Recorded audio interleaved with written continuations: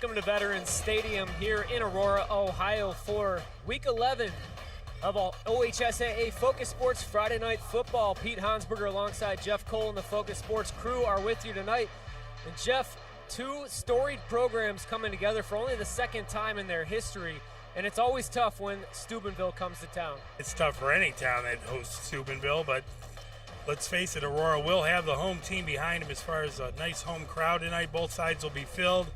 And you're right, for all of us old-timers, these two teams did meet in 2006, way back when. And you take a look at the state championships being owned by the Big Red of Steubenville, and they're good every year. And I've mentioned this before, they've had to play teams from out of state because nobody wants to play them.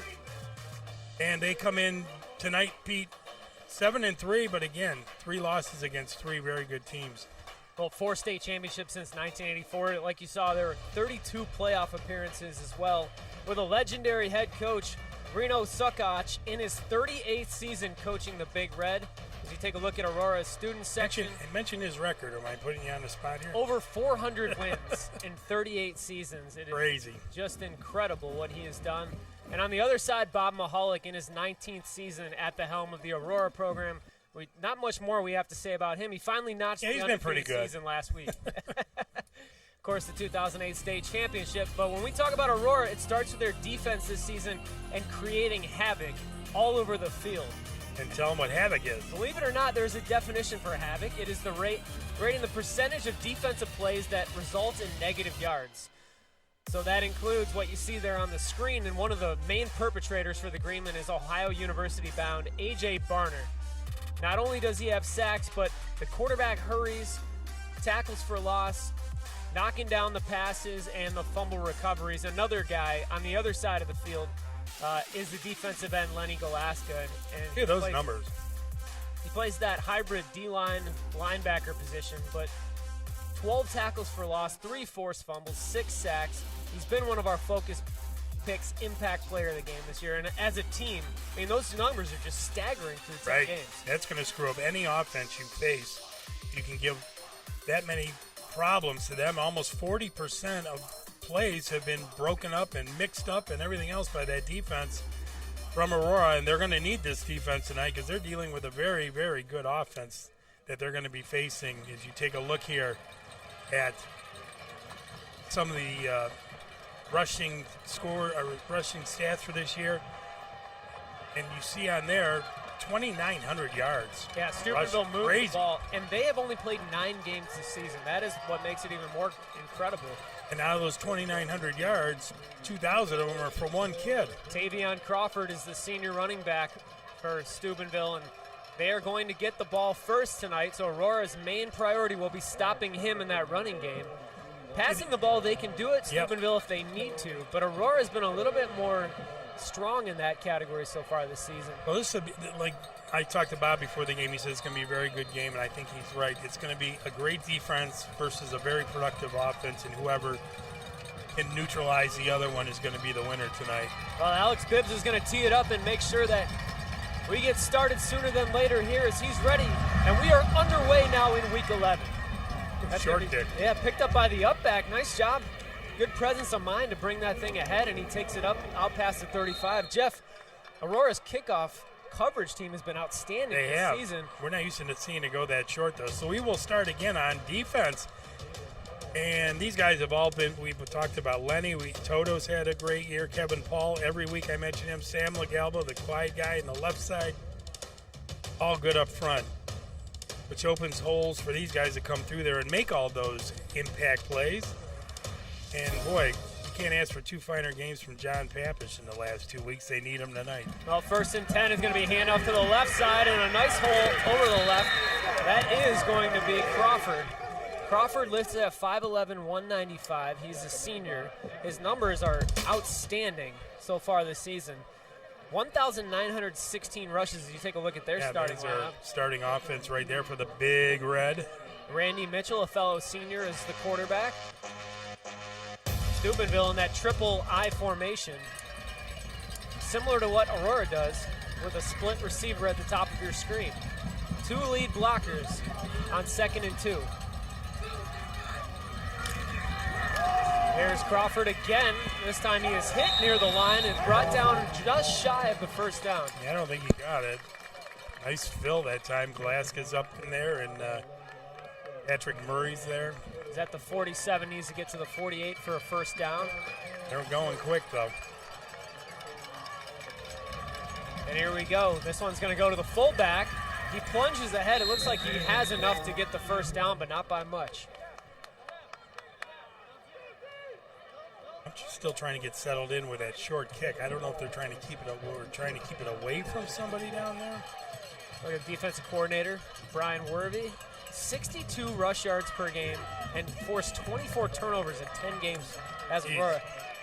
And Jeff, we'll show the stat in a little bit. But Aurora I know which one you want to show. They've not allowed a point in the first quarter this entire season. 10 games, wow. First and 10 now at the 50. Mitchell's going to hand off jet sweeper on the right side. Nice. Pursuit is there, and that's Johnny Papish.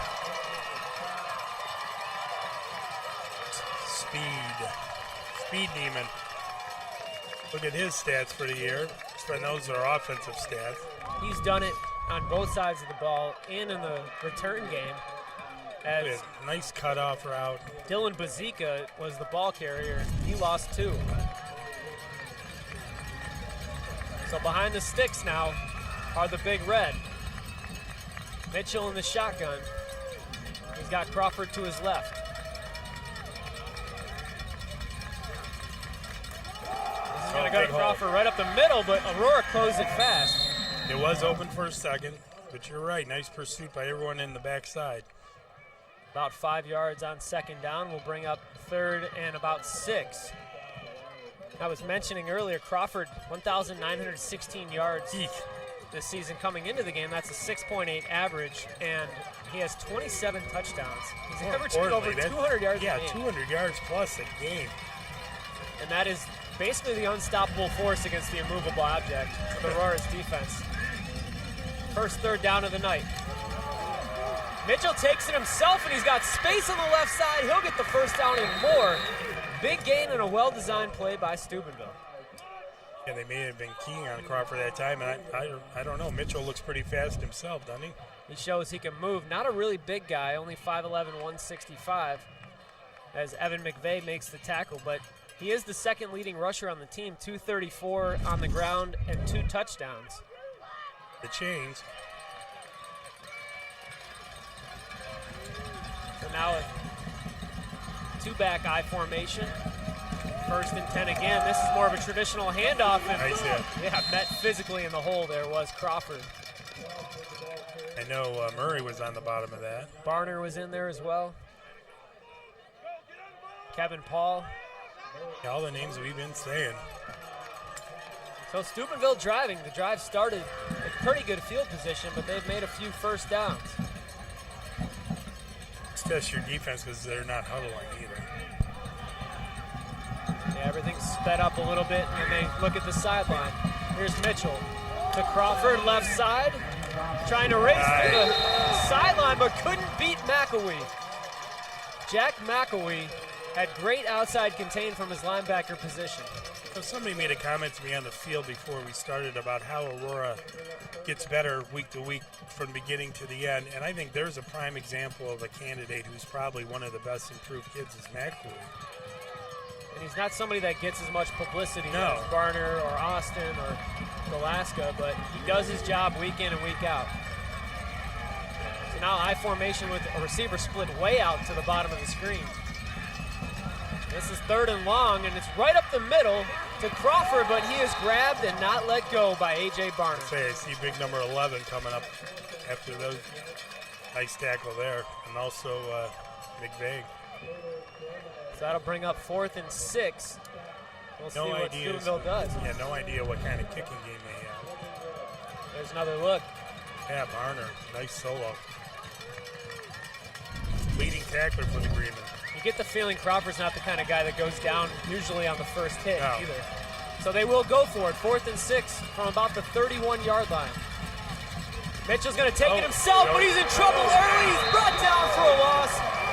Aurora football. That was Galaska. Lenny in the backfield just blowing things up right from the get-go. He his stats, and that's on defense. You talk about havoc. Yep, he's a havoc man. Oh, look, and he got off it. And that was a decent block, too. Steubenville trying to pull the guard to try to kick him out from that defensive end position. Nice initial contact, but he got lower than the offensive player and made the play. All righty, let's see the little McVeigh stats as we go into the offense for Aurora. Alex Moore, the sophomore quarterback, hands it to McVeigh, and McVeigh's got space. As quick as a cat inside the tackles, and makes 2 juke moves and gets 8 yards. Let's try to get these guys in there quick. They've done a great job. I mentioned Ricketts up front with these guys have done a hell of a job opening up holes for the quick guys that line up behind them. See them there. Rogi's really made improvements. Yes, he has. Graham's been the unsung hero, and again, no limp or any sort of thing after the gingerly play last week from Alex Moore, our quarterback. The split backs will go back to McVeigh, and McVeigh gets hit right away. He breaks a couple tackles. He tries to reach for the first down, and it depends on the spot. Yep. It looks like they're moving. They tried to move. The first is indicated. Here we go, right at the 45-yard line. Here's a look at our stats. Boy, and he's had a great couple of weeks in a row, hasn't he? He sure has. If you look at the last 4 quarters, if you were to put together the first half of the last 2 games that Aurora's played, you combine those stats, Alex Moore, 17 for 22, 436 yards passing, and 8 touchdowns. In 2 games. 2 quarters. And yeah, in the first 2 quarters of the last 2 games. Here's a handoff now to Graham. Graham is going to have to fight hard for 1 yard on first down.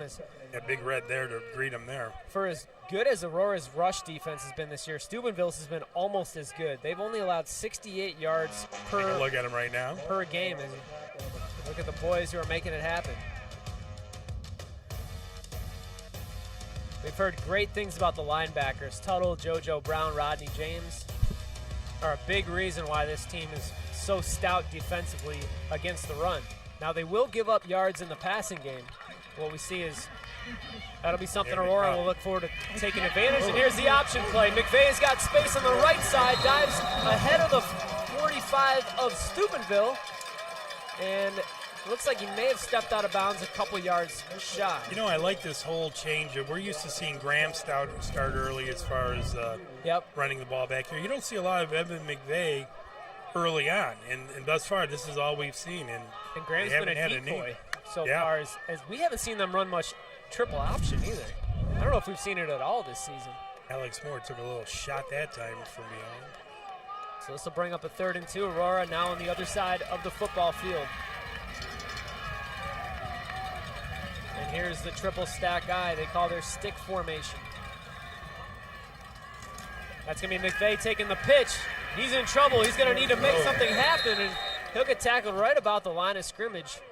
And we'll bring up a 4th and a long 1. I think I kind of agree with this decision right now. And that's going to be a full 2 yards to go. And it looks like Bob will send out the punting unit.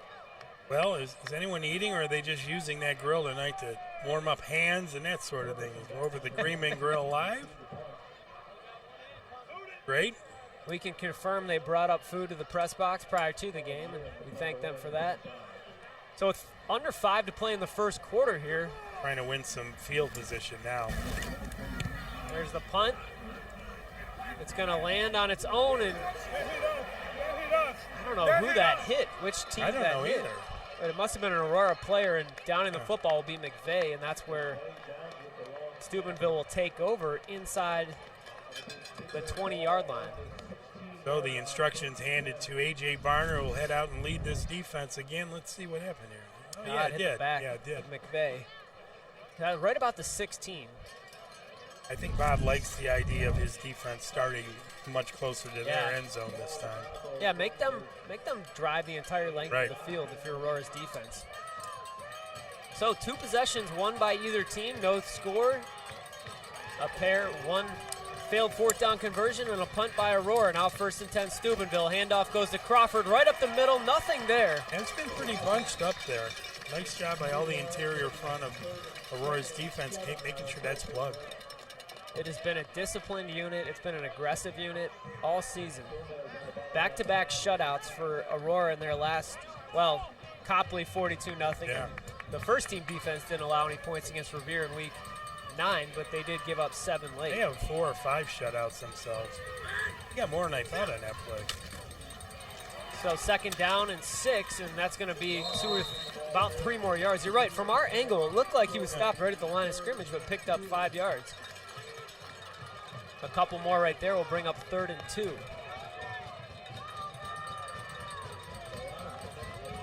So quickly to the line is Steubenville, trying to catch Aurora before they're ready, and then they will look at the sideline. How about creating some havoc right here?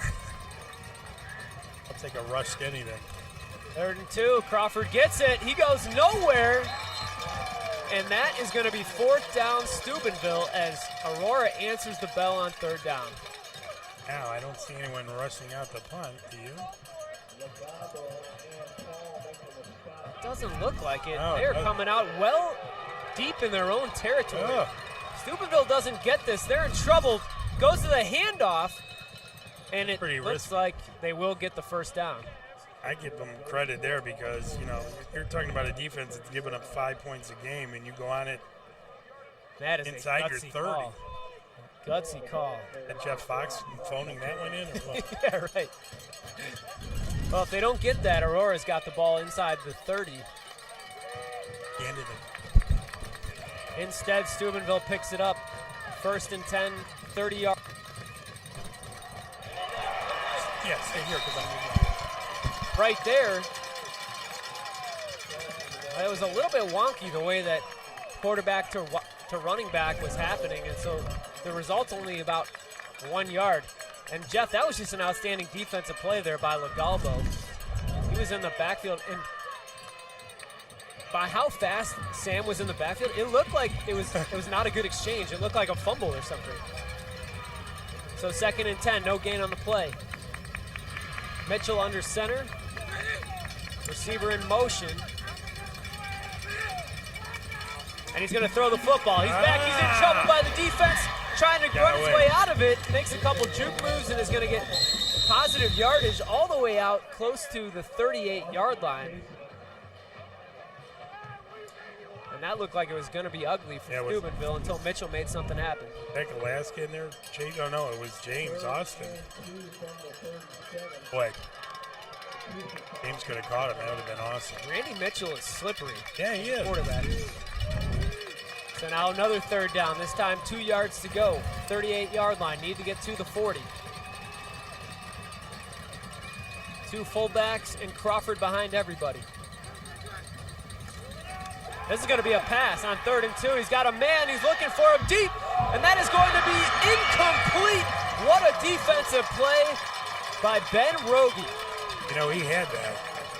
And I think Rogie somehow pried it out with his helmet or something. Rogie was beat by about a yard by the receiver, but he played that just how defensive back coaches. You know what? Coach If you don't tackle high that time, he probably holds onto that ball. And if you're beat, you need to run as fast as you can, and you need to watch the receiver's eyes and then try to punch the ball out, and that's exactly what he did. Another 4th down, short. This time a full 2 yards to go. Big opportunity for Aurora's defense, and we've got a whistle and a timeout by Steubenville. They're going to want to discuss with 1:27 left in the 1st quarter. Well, let's see how we got this far along with Bob Mahalik as we recap scores and shutouts for you. Week 1, again, big shutout against Brush. Week 2 was kind of a tight one, which surprised everybody as they got tight. CBCA is a playoff team. They had no trouble in 2 days with Twinsburg. Followed by another close one. They were down 13-0, so the offense got things going. And then things got a little bit easier as we went along against Talmadge, against Kent. Again, teams that didn't look that bad, but Aurora made them look bad. Yeah, Kent's 5-5. Barberton's huge. got a winning record this season. Yep. Highland is always one of nemesis of Bob's, but in the last 3 weeks or so, Revere went out the next week and beat Bay Village, who's a playoff team. Right. And you see what Aurora did to them. And last week, of course, if you watched our broadcast, it was all Aurora. And what a season so far. Yep. his first 10-0. Again, congratulations on that. But that all is trivial at this point as we go to fourth down, Pete. Yeah, after the timeout, they will still go for it. And now in the shotgun with only one back, Crawford to the right side of Mitchell. And he's going to step back and punt it. Mitchell with a quick punt. Almost got it. Nobody back for the Greenmen, so nobody to field it. The ball will trickle inside the 25 down to about the 22-yard line.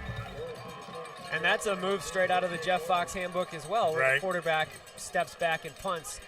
So look here at the Aurora offense this season. They've been pretty darn efficient also on both sides of the ball, as you see on the ground. Almost what they've 200 done. yards rushing. Yep, almost 5 yards a carry. You can't beat that. The passing's been wonderful from the young kid. He's been so efficient. You look at that touchdown to interception ratio. Yep. For a sophomore, that is just impressive. And he's gotten better, Jeff, as the season's gone along. Speaking of great sophomores, we'll have one here at the end of the quarter to talk to us about another sport. First down, we've got a pass, and McVeigh was wide open on the wheel right route out of the backfield, but just couldn't come up with it. Won't see that too often. Boy, a great block, too, made right here by Tony. McVeigh wants that one back. So after the incompletion, it'll be 2nd and 10. Like you said, Moore could have put in a little more in his breadbasket, but McVeigh definitely wishes he would have caught that. So ball on the 22, 2nd and 10 for the Greenmen. 1:12 to play in the first quarter here tonight. Division III, week 1 of the OHSAA playoffs. Passing again on 2nd down. This time it's complete to McVeigh. He's out there breaking tackles and handing out some punishment himself. Yes, he is. That'll be about 5 yards on 2nd down, and we'll bring up 3rd and medium. The clock continues to wind, under a minute to play. Another look. Nice job by Rogi, throwing a block while just kind of getting in the defender's way and making sure he didn't produce an illegal block.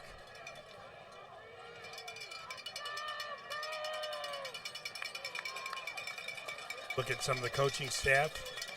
Just a legend, Coach Sakach out there in Steubenville. Now on 3rd down, another pass. This is going to go to McVeigh, like you said, up the middle. Breaks a tackle. Needs to get to the outside, and he does. McVeigh's loose out over the 40 into Steubenville territory down to the 38-yard line. Big play on 3rd down. And the Big Red is going to find out what speed's all about. Aurora's loaded with it. Nice job by Alex Moore, and he had plenty of time to find McVeigh. That's what I think was upset he dropped the pass 2 plays ago. He's trying to make up for it himself. Multiple broken tackles, and it took one man. He was one man away from a touchdown. So now Aurora's going with some tempo on offense. Another pass on 1st down, but Moore's in trouble. He's going to go down. That'll close out the first quarter, I believe. Big loss of about 9 yards for Alex Moore in Aurora, and that will bring up the end of the first quarter tonight. It is 0-0 after 1 in a tightly contested contest. Well, and Jeff, we've got a special guest. We do, but let's mention the defense is yet to give up a point in the first quarter because they hold the Big Red. Continues. Hey, we have a visitor here tonight. It is Matt Singleton. Thanks for coming up, and he's in his band uniform, so I feel bad that we dragged him out of the band. That's all right. Matt, the reason we have you here, fantastic finish for you in cross country this year. Tell us about what happened here a week ago in, where was that? Hebron. Hebron. Where is Hebron first? It's down in Columbus, South Okay. Side. Tell us about your performance. Well, I showed up to the race and I saw these all these guys are bigger than me, these seniors, juniors. And there's a few of my freshman friends, like kids like Alex Duckett, Bobby Gassner, and all that. But I was sitting there and I'm looking at these guys and I'm like, okay, the only way I can really get out and hang with them is if I, go out with them at the beginning and just stay right on them, no matter how much it hurts, just got to stay on them. And that's what I did, and it got me a 10th place finish, and I was pretty happy with that. Now, tell everyone, because there were a lot of older kids, were you the best finish as far as an underclassman? Yes, I was the fastest underclassman. And coming back next year, you will have the best time? Is that what I'm coming back next year, there are, I think, 3 juniors ahead of me. Okay. But one was the state runner-up, and one was 5th place, and I think one got 9th place. Okay. But I have relatively pretty close times with those guys. Okay, stay with us for a second there, Matt. Going deep on First down, and he's got Rogie down there. The pass and catch is complete. Rogie was open by 3 yards. He's inside the 20, and that sets up the Greenmen in the red zone. And speaking of set up, boy, Alex Moore had all the time in the world again to set this up. Quickly, Matt, tell me about Laura Bells, great coach. Oh, she's a great coach. She knows what she's doing, and I trust in her perfectly, and she knows exactly what every athlete needs, and she knows how to bring out the best in each of us. All right, it's great. Sorry to cut you off. That's all right. A lot of excitement coming. Thank you. Congratulations. Thank We're all you. very so proud of you. Thank you. That is so hard. Matt Excellent Singleton, your 10th place finisher for Aurora. Only a sophomore. He'll be back for 2 years. Yes, sir. And I think you're going to be moving up to on 10th next year. Yeah, thank We'll you. see you back right. up here on the headset next fall as well. Now get your butt Talk down about there. sir. You got to get back in the All right, band. have a good night. Thanks for having us, Thanks. buddy. Great job by Matt. Yeah, what a season. And those races are grueling, too. They run them in the woods a lot of time on the uneven trails. You know, and I plugged the Windbush kid from Nordonia, too, and his shoe came off. He had to run the whole race with one shoe. Here's Moore taking it himself. Nice. He's moving bodies forward. To bring up a 3rd and 3 is, I guess, really good yardage on 2nd down. You know, getting back to Matt, his parents were both runners. I read a little biography about it. So, and I guess the whole crux to the article was about you got to eat right to be able to do that. And you're big on vegetables and everything else. So, kids, eat healthy and you can run forever. Yeah, there's something to be said about getting good energy from I noticed certain Matt foods. didn't grab a hot dog on the way out. Yeah, he would have been disgusted by what we have up here, but it tastes good to us. So 3rd and 4 for Aurora inside the red zone. Knocking on the door. Whoa! Bad snap, and Moore just needs to dive on it, and that is going to be That a hurt. significant loss. That hurt. Well, let's see. Is Bibsa coming out? All the way out to the 22, and looks like there is Bibsa coming out to potentially kick a field You're goal. right, though. More. Good thing he got on it. They had some big red people in there. Yeah, it could have been worse than that, for sure. Well, Bibsa didn't even know how to put on a uniform in August. So we will see what kind of pressure this leads to as far as trying to get Aurora on the board. Relatively straight on, 38-yard attempt. The kick is up. It looks good, and it's through the uprights. Big. Good for him. So senior Alex Bibsa puts the Greenmen up 3-0 with 9:53 to play in the second quarter with a 38-yarder that he boomed through the uprights. Think about that. You spend your whole life playing soccer. You don't even know, like, does the shoulder pad go this way or that way? And next thing you know, he's booming them to the end zones, usually on kickoffs. And in the week 11, puts the home team on the board first. We'll take another look at the big play that set up that field goal. That was Moore to Rogie, and here's another look. Well, he had plenty of room. Wow.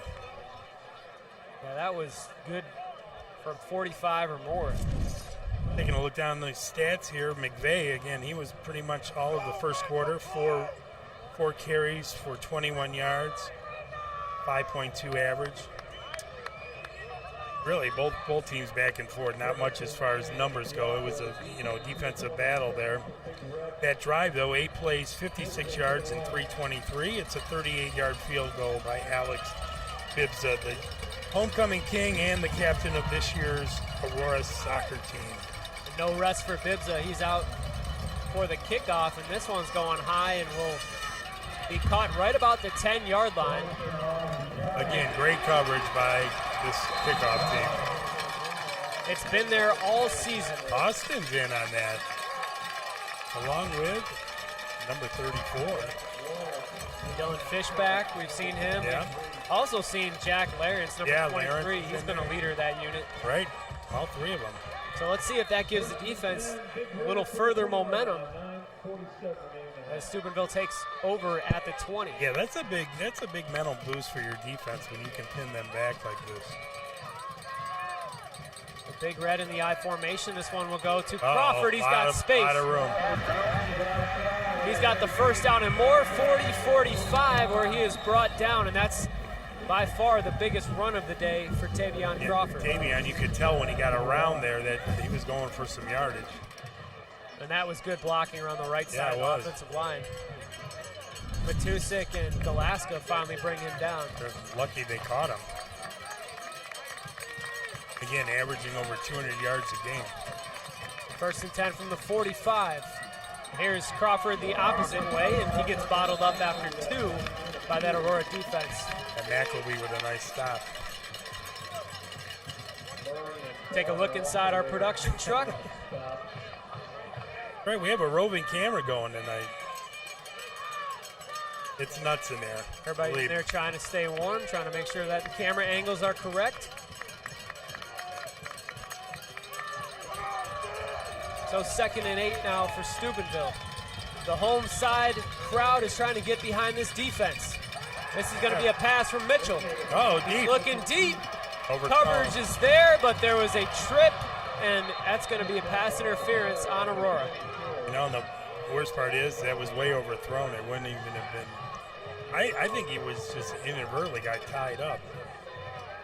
Let's see what the referees say if they end up going through with the call. Yeah, Rogi tripped and fell, and the referees determined that he fell into the receiver. That was Jared Roberts. And so that'll be 15. I kind of wish he fell sooner. He falls without hitting the leg. The pass is overthrown. Yep.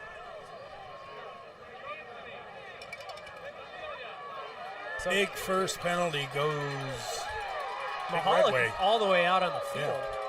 He wants an explanation of some sort. Kind of ignoring him now. Let's see what's the call here. Well, they're backing it up. I think. Oh, geez. Come on. By week 11, we should have this figured out. There's confusion here as Steubenville's changing full personnel groups. Crawford's coming out of the game. That's a surprise.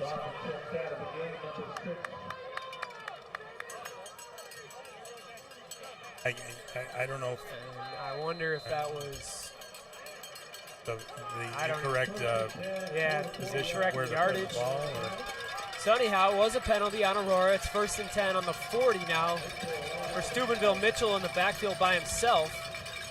He's Another going to pass again. being chased though by Murray. He's in trouble. Oh. He's going to get hit and go down after about 2 yards on 1st down. That should have been a loss, though. Right. Lucky he didn't get lit up. So at the staff again, and Coach Suckach from. His name has become synonymous with Steubenville football. 4 state titles. Hey, you're talking 2 generations. There's Bob on the other side in his 19th year. He's got a ways to go. He's got double that. Year 38. Oh, Major movement on the offensive line. Yep, referees to the call. indicate that you're not allowed to do that. That will back Steubenville up 5 yards.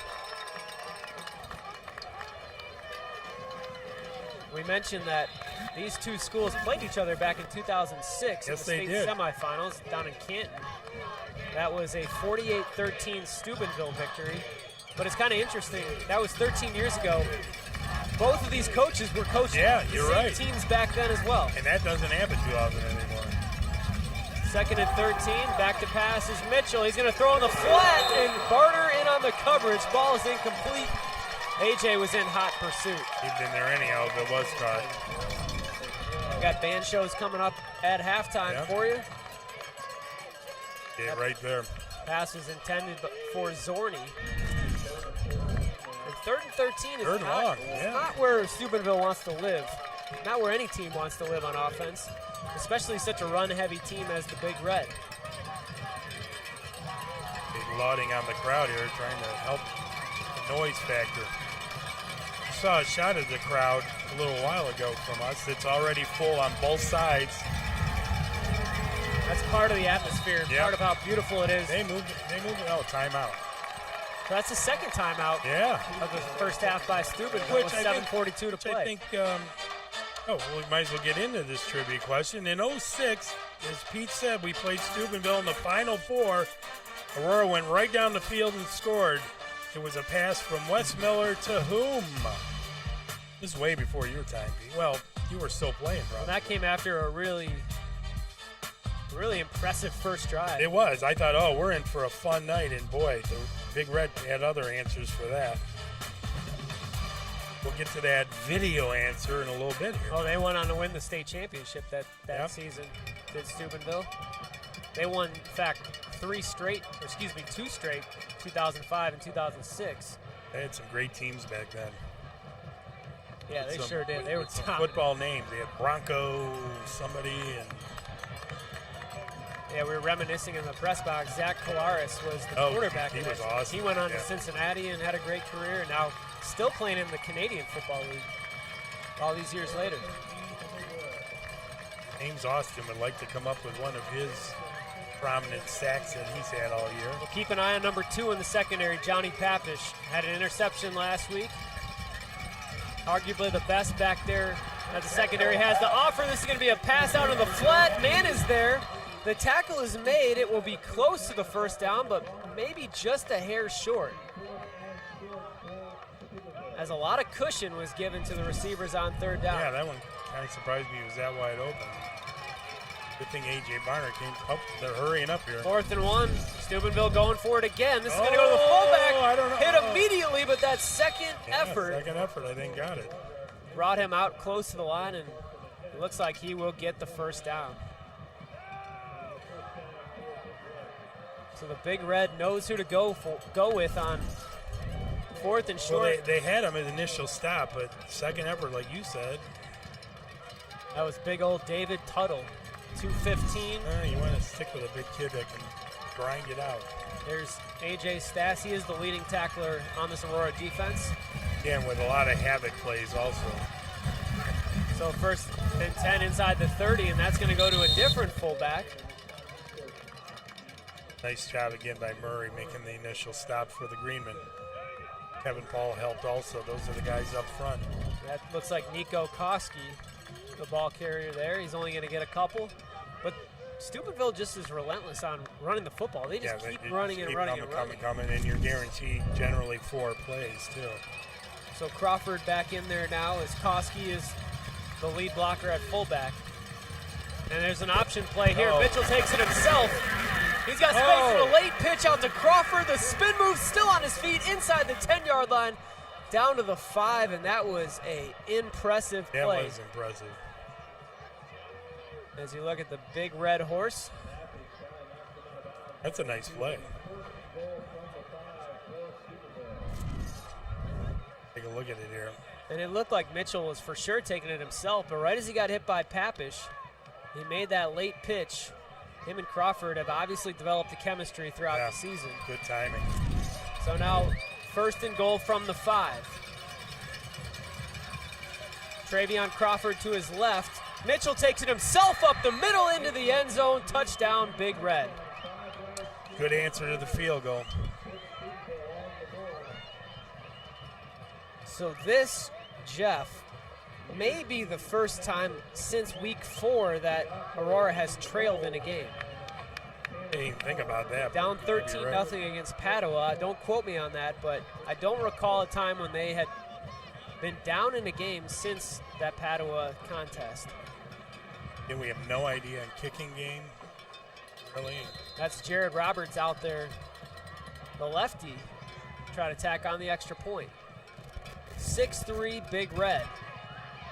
That ball is up. That's right in the middle. It's good. So with 6:13 to play in the first half here at Veterans Stadium, it's Steubenville 7, Aurora 3. Take a look at it, pretty much untouched there. I think the Greenmen were trying to get their composure there. 9 plays, 80 yards, great drive for them. 3 minutes, 40 seconds. Mitchell takes it in from 5 out, and it was a couple of soft on. Here's our answer, by the way. Back in 06, we'll start with the Greenmen. Matt Carey gets the kickoff and gets the Aurora fans all excited because look where he goes, all the way down near the 40-yard line of Steubenville. Younger looking Bob Mollick back then, and they also had a great running back, Stephen Young, back then, as he keeps his feet, keeps moving forward. There was a face mask which brought him even further, and then finally Wes Miller top out the drive right here. Throws a nice little short pass, and Aurora on the board first, to number 27. Mr. Mike Snyder is the answer to your trivia question tonight. But as Pete said, it did not go well after that. Final score, 48-13, Big Red, 2006 at the Hall of Fame Stadium. And that was the start of the Snitches, Schweikert and Smigelski. I think that was Ryan Schweikert's first game with us. In fact, I know it was because we made him crawl down underneath the bleachers. It's the last time he worked real hard for us, too. Now Steubenville will kick off tonight up 7-3, and that ball is taken. Looks like nice. Out from behind, though. Yeah, looking for the number there. Yep. And that was Papish, yep. He's disappointed because he was brought down by that shoestring tackle. There's his receiving numbers on the season. 10 touchdowns from that wide receiver position. Jeff, the last 2 games, Papish has had 3 touchdowns in both first halves. Yeah, and that was the end for the first teamers. So he has yet to get going through the air tonight. Well, really, it's the Big Reds had the ball most of the first half thus far. They have, and now we're down to 6:07 in the second quarter here. 1st and 10 for Alex Moore in the bunch. All coming, it looked like. The handoff will go to Graham. Graham has space. And he gets himself about 5 on first down as he was. I don't know how he found that spot because Yeah, they was were all nice, coming right there, right where he was. Nice vision by him, and he was holding the ball extra strong. Watch, they're in right there, and then he got away. Nice job picking out the hole in the line. We've talked about it week to week. This is what Aurora needs to do: get them used to keying on one person and then come back with somebody else. Yep. Yeah, Mahalik and that coaching staff, Ricketts and Gallagher down there do a nice job of mixing up who gets the ball. A lot of time again. Nice pass. That's Evan McVeigh, breaks a tackle, and he's off to the races on the right side. 30, 25, cuts it back, 20 inside, down to the 16-yard line. Evan McVeigh. Well, it's a good way to answer a touchdown by Big Red is get right back down the field. 2 plays have brought Aurora inside the red zone. Pete, they haven't had an answer for Evan McVeigh, have they? They have not, especially on those pass plays, as he's been able to settle in the middle of the zone defense. And Alex Moore is right on target. Yes, he is. And Alex Moore had plenty of time as you take a look at McVeigh's 2 receptions right now for 81 yards. A little bit of a delay here as the referees are having a conversation. And remember, too, Steubenville has already used 2 of their timeouts this first half.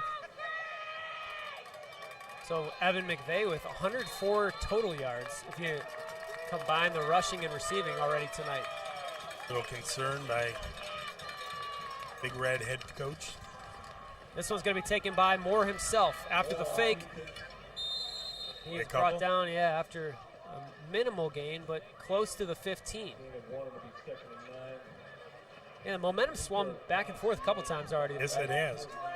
After that field goal, Aurora had stopped the kickoff return right at the 20, and they seemed to have the momentum before Steubenville drove right down. Well, what both teams are doing right now, Pete, at least on offense, is not giving the defense time to think. Yeah. On both sides of the ball, because they both answered each other. So Graham's in the backfield, but this is going to be a pass. On the time. Or looking, he's got a man right in the middle of the field. Boy, we're close. Boy, nice pass. And that ball is complete to Kyle Hopner. Hopner, the senior. Nice job by Kyle. Not called his name much this season, but in a big moment like that, he comes up big. Much more. Boy, he looks like a veteran here.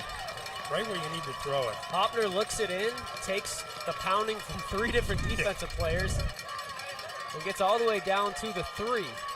1st and 3. This is a great huge opportunity. Yep, great answer. They can punch it in. Barner's in there at tight end. On the right side, Aurora in the Maryland eye. Ball will go to Graham in the back. He gets about 1. Yeah. He's tripped up there by Emmanuel Ware, some of his teammates. I'll give him a yard. New personnel in there now for the Greenmen. Quite a few changes. It's been difficult to run the ball in the Steubenville defense, but I'll tell you what, that passing really game has has. been there. Papish is way out there at the bottom of your screen. 3 wide receivers to the top. Graham in the backfield, quarterback sneak for Alex Moore. He is close to the goal line. Ball pops out, but he was down by contact. And I did not see a signal for a touchdown. No. I mean, he got another yard, but he's still short. Trying to follow blocks. If Aurora gets this, they're going to earn it. And if they don't get this here, Pete, you go on fourth. I say at home you do it. I think you do it. And you know Steubenville would if it were on their side as well. 2:35 and counting here before the half. Quarterback sneak right up the middle. He gets pushed into the end zone. Alex Moore, touchdown, Greenmen. And a lot of flags flying. Flags after the play. Sure it's not pushing the quarterback. I hope they don't call something bizarre. Let's see what we've got here before we go too far. I didn't see anyone signal, did you? Oh. No, it is a person. That's unsportsmanlike conduct on Steubenville, and it might be a double foul. Yep. You're right. Personal fouls on both sides. Those penalties will decline. The touchdown will stand. Here's another look at just a scrum of bodies. I see that, and then a punch. So after all that, it is 9-7 Greenmen with 2:29 to play. And Bibza will come out to try to tack on the extra point and put the Greenmen back ahead by a field goal.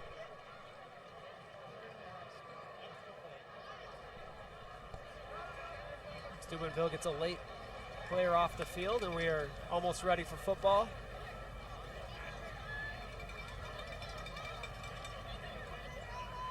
Waiting. I'm yelling, my toes are freezing. Like, pick it up. The snap is good. The hold is down. The kick is up, and it is good for Alex Bibza. So with under 2:30 to play in the first half, it is now Aurora up 10-7. The composure of a sophomore quarterback leads to a drive of 68 yards in 7 plays. 3:44. And Alex Moore gets the points as he sneaks it in behind his big, beefy lineman for a 1-yard plunge. And it was set up again by a great catch and run by McVeigh. Yeah, a nasty spin move. McVeigh over 100 yards total offense tonight. Kyle Hopner with the catch and run. That took everyone to get him over there, but he got it. That took 3 plays from inside the 5 to just grind through that defense and into the end zone. So we've seen scoring now in 3 straight drives after mostly an offensive first half. I hope they have to do a lot of these tonight. 42 Pete, of I them last blinked, week. and this first half is zipped by. When both teams run the football, these games move quickly. I mean, we're getting ready for halftime entertainment already.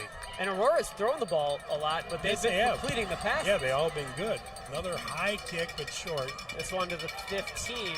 It's caught out to the 35-yard line is where Steubenville will take over. That was Noah Howarth. Still pretty good coverage, but Bibbs has got to get that leg back. It'd be nice to keep them from being able to return. Yeah, and you wonder if the ball's not carrying as well in the cold weather, it could be. I don't know. So 2:24 to play, plenty of time. Yeah, I'll tell you what's impressive is if I want to say something nice about Steubenville. A ton of transit buses that brought the crowd here tonight. Steubenville's not right up the. It's almost a 2-hour drive. Exactly. And they going travel over really well. So here's Randy Mitchell on first down, going back to pass, looking for the screen play, set up to Crawford. He's got space. Across the 50, down close to the 45. He'll be tackled right about the 46. They got that perfect too, don't they? Man, that timing could not have been much better. Watch this. It looks like, oh, they got him. They got him. I didn't even see Crawford sneak out here. That was a gain of 20 on 1st and 10. Here's a look at elsewhere tonight. Kenston 12-10 over New Philadelphia in the second quarter. That's an 8-1 game. Mitchell on 1st down up to Crawford. He slipped through. Now he's cutting to the outside. He's got one man left to beat, and he does inside the 10 to the 5. Gets knocked out right about the 3-yard line, but there is a flag on the field. Right back at the 35. So if it the last stands, thing you want to do, Pete, is let them come right down the field. Absolutely. If it stood, it's a 32-yard gain by Crawford, but it's holding on Steubenville. Yeah, I didn't even see that flag. Aurora catches a break. That's a huge break if they can jump on that. There's Coach Suckosh right there. 405 and 70. So he's only done this 37 years, Pete. So what that tells me is Steubenville usually isn't done after 10 weeks.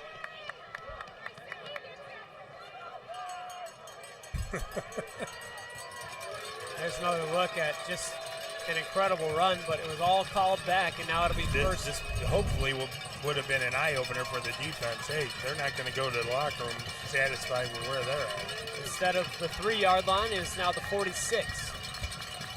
Mitchell is going back to pass. He's got a man in the flat. That looks short. Yeah, and it's skipped to the intended receiver, incomplete. But like you said, to average more than 10 wins per season. Right, and you don't have 40 seasons in, so it tells me you made use of the 5 games during playoffs, too. Well, 38 years, 32 playoff appearances. So 32 out of 38 years, they played at least 11 games, which is pretty incredible. Andy Mitchell's totals thus far. Oh, it's up. It's Mitchell's caught. got a man nice out block. there. He's had 2 receivers in the same space. It was complete. We've got a flag down at the 40-yard line. Grabbing the face mask, yeah.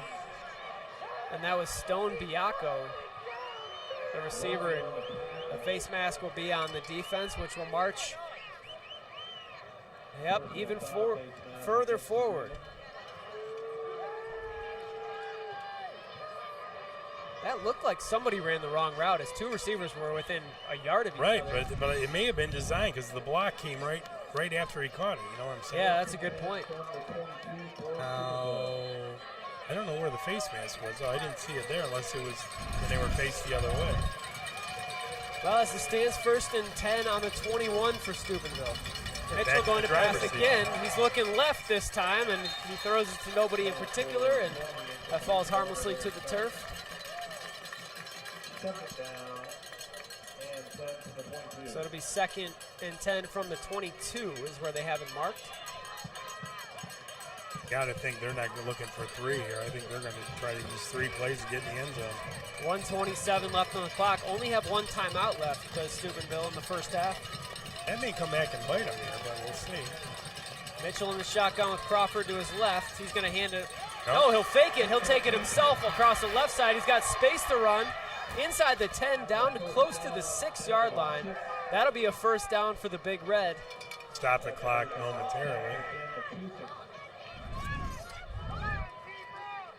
And a great fake there to Crawford as he was bottled up. But when Mitchell pulled the ball back, there was no defender in sight. They start the clock again. I can't see. Yep. Yeah, it'll tick likely inside 1 minute before this is snapped. A rare huddle there by Steubenville. Crawford is the lone back.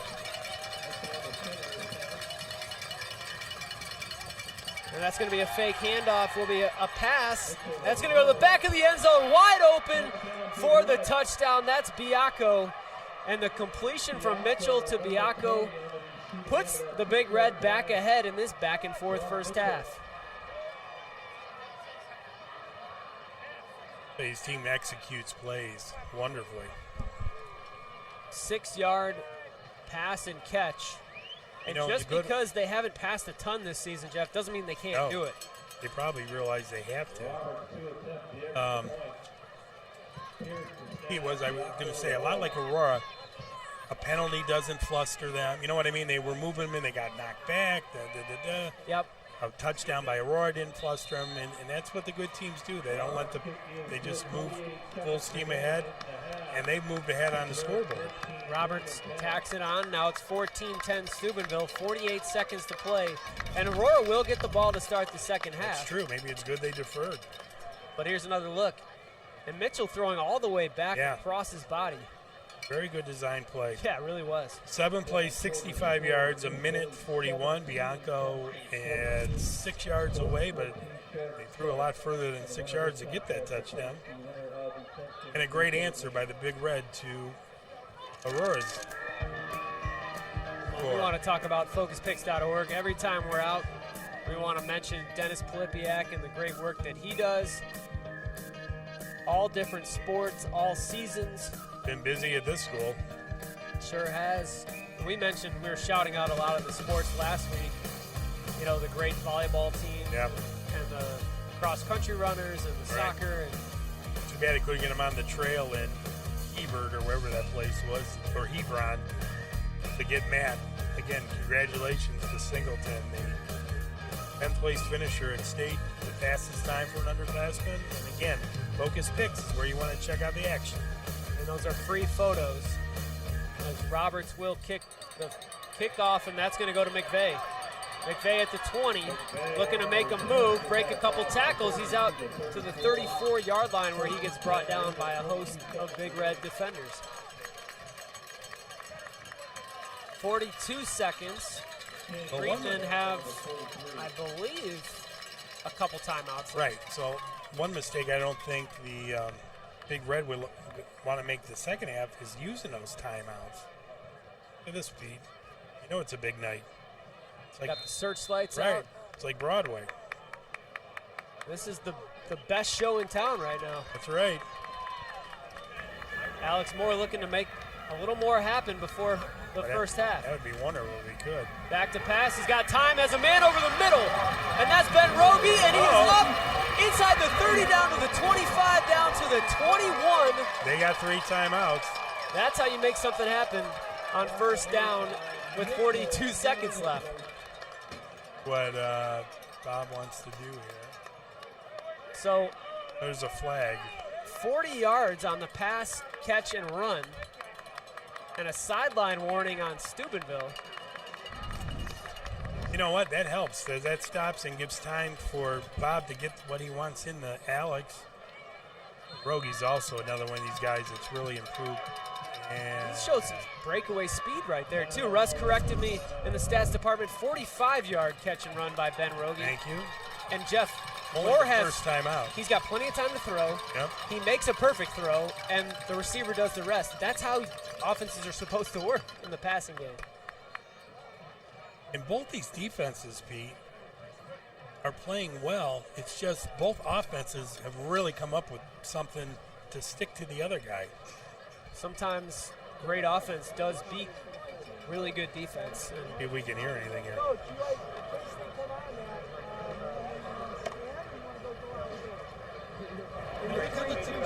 Listen how relaxed Bob is. They brought it down. Yep, no panic, no reason to panic. No?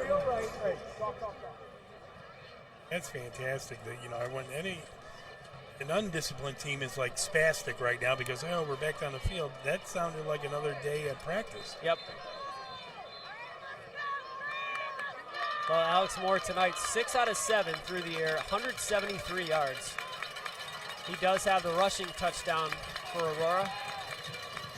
Love to get a passing one in right on this play. Right at the 20. Back to pass again. He's got a man in the flat. This is Rogie again. Rogie right about the 10-yard line. The clock him will in bounds, stop yeah. because he's close enough to the first down marker, and they will, I believe, move the chains. I think they are. And that's going to be another quick timeout by the Greenmen. Again, that will stop the clock. Let's see what happens. They call timeout. Yep, They timeout, do. Greenmen. Call timeout. A look at what's going on over at the concession area, which is selling a boatload of hot chocolates right now. Look at all the volunteers working. Again, Amy Pappas, Rhonda Lavelle, and the rest of the... Shelly is down there as well. Yeah, Shelly's also there. Shelly Durda, who brings things up here, I know. It's all volunteers, people. Well, that's indicative of the community of Yep. Aurora. The fact that their football program is always great year after year because the community gets behind them. Young kids want to play, and then everybody else And if you wants to don't be part play, of the you want to band. be part of the Golden Megaphone group in the student section, Absolutely. and they won that. And the band and the student goes section on and the and on and volunteers. on. And it all kind of feeds each other. Fun town. Just a great atmosphere Yep. on Friday yep. night. It really is. It's cold in the 30s, but it's dry, and that's probably the most important thing you can say. So now the ball is on the 10-yard line. It's going to be a first and goal from the 10. now the 25 biggest seconds. problem is the clock. Yeah. Here they come. Steubenville with the corner blitz. Here they come. Moore needs to see it. He gets rid of the football. He's got it to Barner. Barner to the 5. Dives for the pylon. Touchdown. Wow. They forgot all about AJ. The tallest player on the field. I don't know if they called it in that timeout, but and boy, Moore. Did Moore look great on that play? He was under fire. That was a havoc play by the defense that Moore completed nonetheless. And that puts the Greenmen back ahead, Crazy. 16-14. Absolutely crazy. With two This just is huge. incredible defenses, we've got an offensive game breaking out. Bibza, a good hold, Good snap. up and good. So it's 17 seconds to play in the first half here of Week 11 Friday Night Focus Sports Football. It's Aurora 17, Steubenville 14. It's not over yet. Far from over. Yep, 3 plays, 65 yards. Talk about making use of the clock, Pete. 31 seconds, and it was started right here by Rogie. That was huge.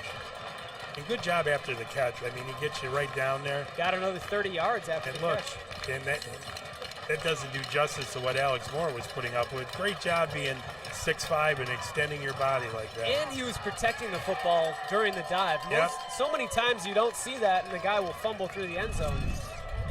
But it's nice to see Barner get some love on the offensive end there. There they Take are. A look at some of the hot chocolate makers. Yep.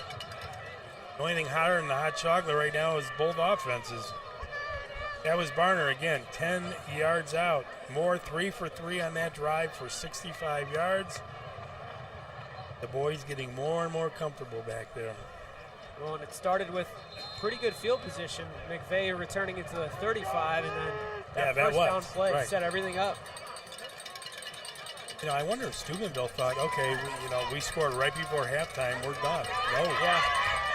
Of course, so did Steubenville, so let's see if the kickoff team gets down here a little better. There's a squib kick that's picked up around the 15. Out to the 30, still running, but scooped up and Tackled up. wrestled down by Jack McElwee was the ball carrier, and we are now at 10 seconds to play in the first half. Which thus far is a lot of time. So now Alex Moore, 8 of 9 passing for 193 yards, and he got his touchdown through the air. He had to. He was getting attacked on that last play. Boy, it's nice to have a target like A.J. Sure Barner. And to have the diversity to go to Barner, but have the defense probably keying on Johnny Papish. Yeah, you're right. He's been quiet. Mitchell on first down goes to Crawford, who gets hit immediately. McElwee in on the tackle. Be it, no? Gets 4 yards, but will not stop the clock. We are at triple Great game. zeros here. It is a great game so far. Aurora just jumped back ahead, but it's been a seesaw matchup. At halftime, 17-14, Greenmen. Stay tuned for the band show analysis and more content, and most importantly, the second half here on Focus Sports.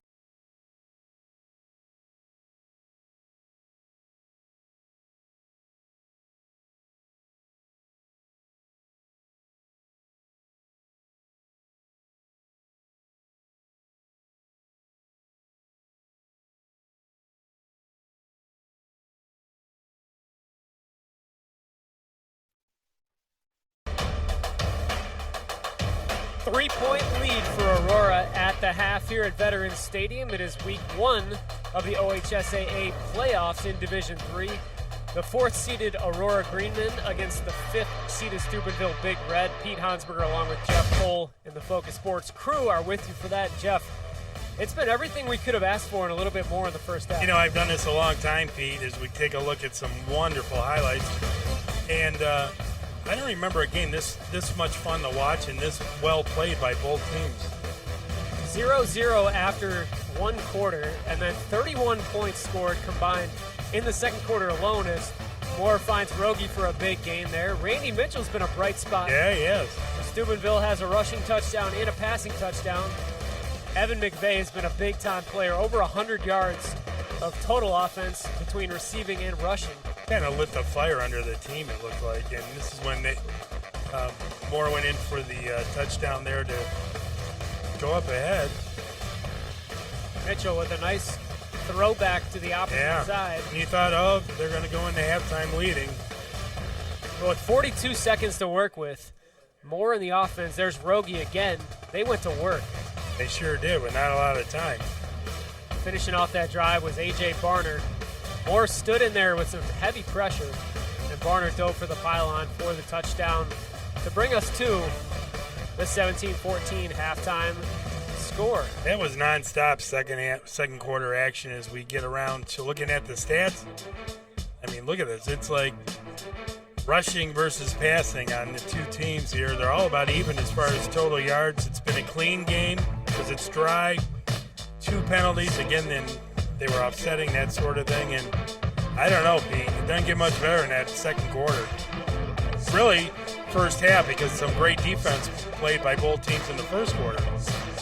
Well, we've had 5 straight possessions with points being scored between the two teams. Aurora, interesting stat, averaging 9.2 yards per play on offense. Steubenville not too far behind with 5.4 themselves, but you know, I think the story tonight so far has been Alex Moore in that passing game for Aurora. 8 out of 9 for 193 yards and a touchdown through the air. You know, and I've said this umpteen times, but each one of those highlights you saw of Alex Moore passing, did you see a big red player anywhere in his face other than the last one to Barner? Yep. The offensive line has done a nice job keeping those big red people out of Alex Moore's face. His size helps at 6'2" to be able to see over the line. But I just like how calm he is for being a sophomore. When he gets back, he sets his feet, looks downfield, and makes the throw. He doesn't seem to rush very often.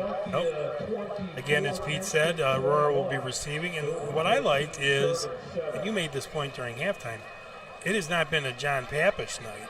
You know what I mean? As far as he's been kind of non-existent on both sides of the ball. I mean, I'm sure he's been, very active, but compared to what we've been seeing the last couple of weeks, other people have stepped up, or either they're covering him well, but who knows? He may have a big third half. Oh, and maybe he's been used as a decoy, and that's part of the reason why the other guys have been so wide open.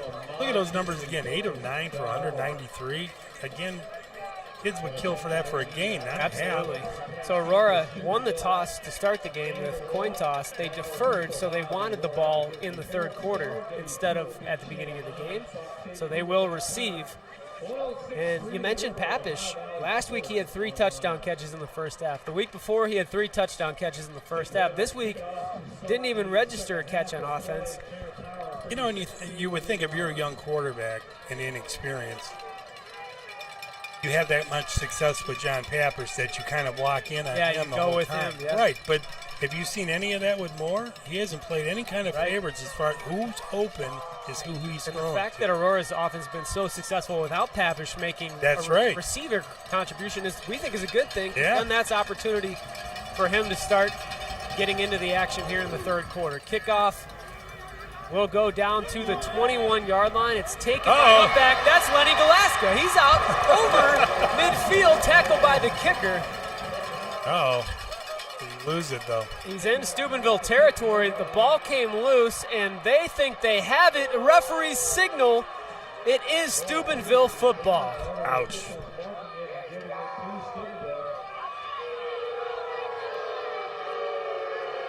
After a huge return by a man who doesn't normally take a kickoff. Yeah, but he's a fullback as he runs him over here. I don't know. Where'd it come out?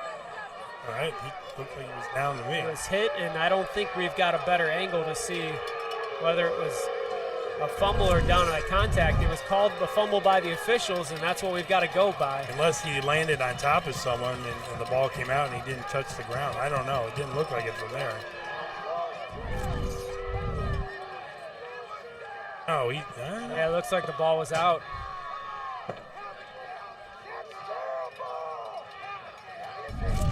it looked to me from that angle that they made the right call. So it'll be Steubenville ball on the 48-yard line. I don't know if we can get that run manually slower to see, but yeah.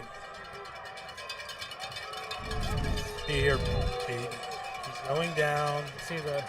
He isn't down yet.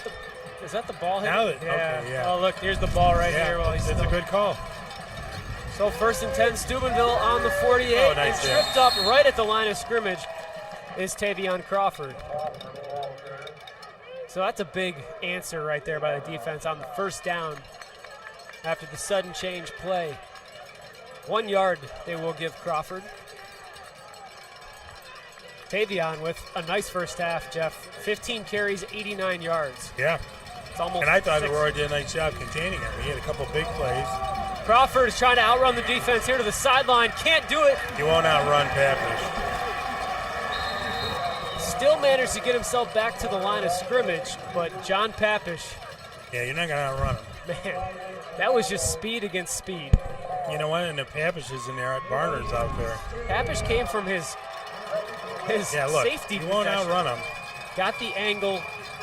Crawford's not a small guy. No. Well, you said maybe we'll see more of Pappish. That was a nice play to start with. 3rd and long here, right at midfield. Empty back. Mitchell's going to throw. He's getting chased. He's going to get the angle around the outside there, and he will pick up the 1st down right around the 39-yard line. Glasgow was after him. Looked initially like Aurora might catch up to him, but he broke off that angle. Randy Mitchell He's is deceivingly He fast. really is. 38-yard line will be the 1st down spot. The flow goes that way. You see Honey trying to get him. It's tough. So now 2 fullbacks, and the setback is Tavion Crawford. Crawford will take it on 1st down right up the middle, and he dives forward Yeah. for about 7. And that is a lot of, he comes up hobbling a little bit. That's a lot of the offensive line right in the middle, and then Crawford doing the rest. That puts him to 98 yards rushing. 2nd and 3 for the Big Red. Him again. Again, he gets hit immediately. He maybe will pick up half a yard. Not quite the 30-yard line for Tavion Crawford. Who was it? I didn't even see got the initial hit. Bang. That was Patrick Murray. Murray, one of our focus picks, impact players in the game so far this season. 3rd and 3.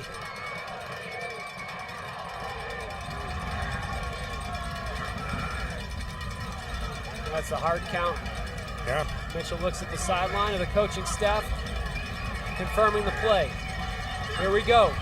Oh, Bad snap. He's got a dive on it back to the 38-yard line. Ouch. And we saw that in the first half from Aurora's side. Now Steubenville gets in on the bad snapback. That'll end up being 4th and 10. The 38-yard line. I've never liked that stop the play and everyone look over it. I've never liked that from Seems Mark like it would Stoll throw off your years rhythm. on. Yeah, exactly. Barner asking the crowd for some noise. 5 wide receivers on 4th and 10. Steubenville going to go for it. Oh. Looking down the field. It's intercepted but dropped by Ben Rogie, but it actually might have been better. I think it got knocked out, didn't it? Ball is knocked down, hits the turf, and no harm, no foul, because it was right. 4th down. Aurora will take over. You're right. After It's the actually they defensive stop. gained field position by not intercepting those. Rogie in perfect position as Mitchell was looking for the outside, and like you said, the receiver Aaron Ferguson had to play defense. And Rogie might have had a nice return on that, but as it stands, Greenmen get it back. That's a tall stand after fumbling the kickoff. No kidding. So Let Alex alone Moore, momentum. Here they come again. he's going to throw to start. He's got Evan McVeigh up the left sideline. McVeigh's got it inside the 40 down to the 32. Jeff, that's a play they almost hit on in the first half, Yeah. but the throw was a little off, and McVay They dropped dropped it, right? The second time they went back to the well, it worked. And again, a lot of time. It does a lot after he catches it, doesn't he? He sure does, man. He is not somebody I would like to come up and try to tackle in the open Only field. at 3 catches, 112 yards already. Oh, As we've mentioned Rough. before, he's a junior. He'll come Yeah, back he'll next be the year as leader. well. take over for Pappas.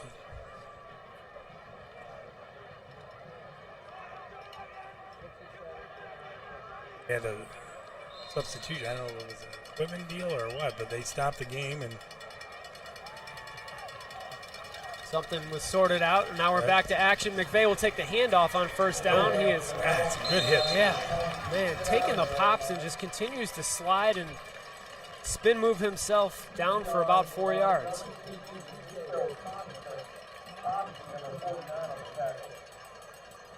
It's fun when you watch a good high school football game, when you see two well-coached teams, and that's what you're watching, organization and people Yep. doing their job. Discipline, good Yeah. tackling, crisp execution. Here's an option play that's going to go to McVay. Left side, he's running out of room. He will get knocked out of bounds right about the 26. A short gain, about 2 yards, will bring up third down. Second time we've seen that option play by the Greenmen. Of course, Steubenville ran it to perfection in the first half a couple They times. sure did. So an interesting spot on the field here, 3rd and 6. It would be a very long field goal for Bibza. Coming right at our camera crew. Yeah, Moore's going to take it himself. He's got lead blockers in the first down. nice. I didn't see that coming, did you? I did not. I was expecting a pass play Yep. for Alex Moore. Instead, he took 2 lead blockers and Yeah. followed them. You know what? And there was a nice channel to run right through there. Absolutely. Over the right side of that offensive line. He did. He followed blockers. That's just a really nice play call, too. Caught the defense Kidding. off guard, caught us off guard. Most importantly, first down for the home team. Ball on the 19-yard line. McVay and Graham in the backfield. Moore to pass. Oh, that time he got caught. The one time a blocking broke down. And only the second time tonight, Moore goes down for the sack. That's just one kid doing it too. That's just a great play by Big Red. Brandon Kinney. And he saved it there. Kinney, just a sophomore. It's like you said, he ran through a couple offensive players. That'll back up Aurora. Bring up 2nd and 15 from the 25.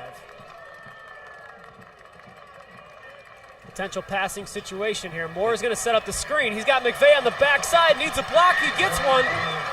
Makes a couple moves and Some brings of it back. Yeah. Yeah, he got a lot of it back, but that was still a nice job by the defense It coming was. up to make the It play. could have been a lot uglier for Steubenville. And how about that? Randy Mitchell, the quarterback, in there on defense, making the tackle. Yeah, it was, and a good tackle. Playing on his both part. ways, making an impact. So now 3rd and 8 for the Greenmen, still in the red zone. Ball's on the 17-yard line.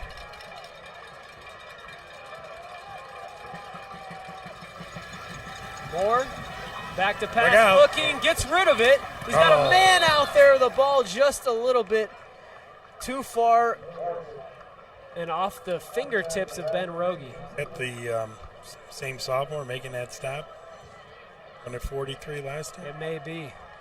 Yeah, Brandon Kinney. Yep. He was Brandon was like on a delayed blitz. Yep. You know, you didn't see him at first. applying heavy pressure. So the field goal team will come out. Alex Bibba is going to make the attempt. He didn't look too concerned last time he kicked this far. This time we're on the left hash. That will be a 34-yarder. Has already made one from 38. We've got a penalty flag, and that looks like a legal procedure on Aurora. Will back them up 5 yards. That's big. You don't need that mistake. That bring Moore back out? This is interesting. Backing up 5 yards, Aurora looks like they're sending the offense back on the field to go for it.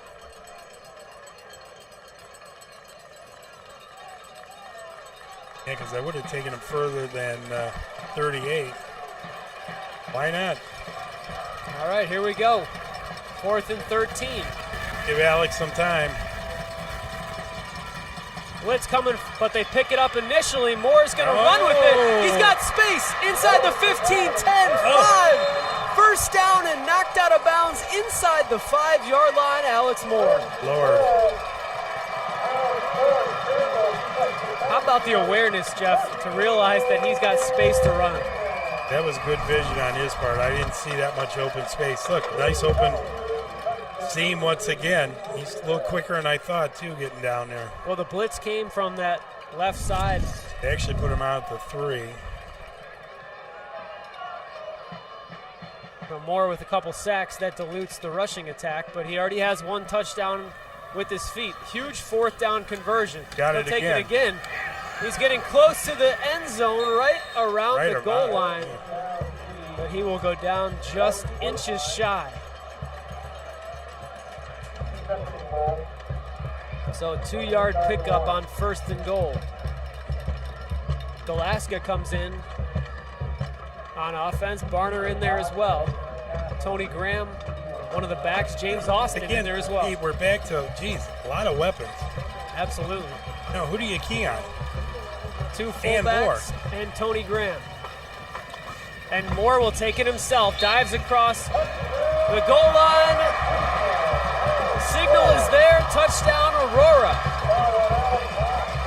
Again, when you're a big boy, 15-pound quarterback sophomore, use your body, and he has twice.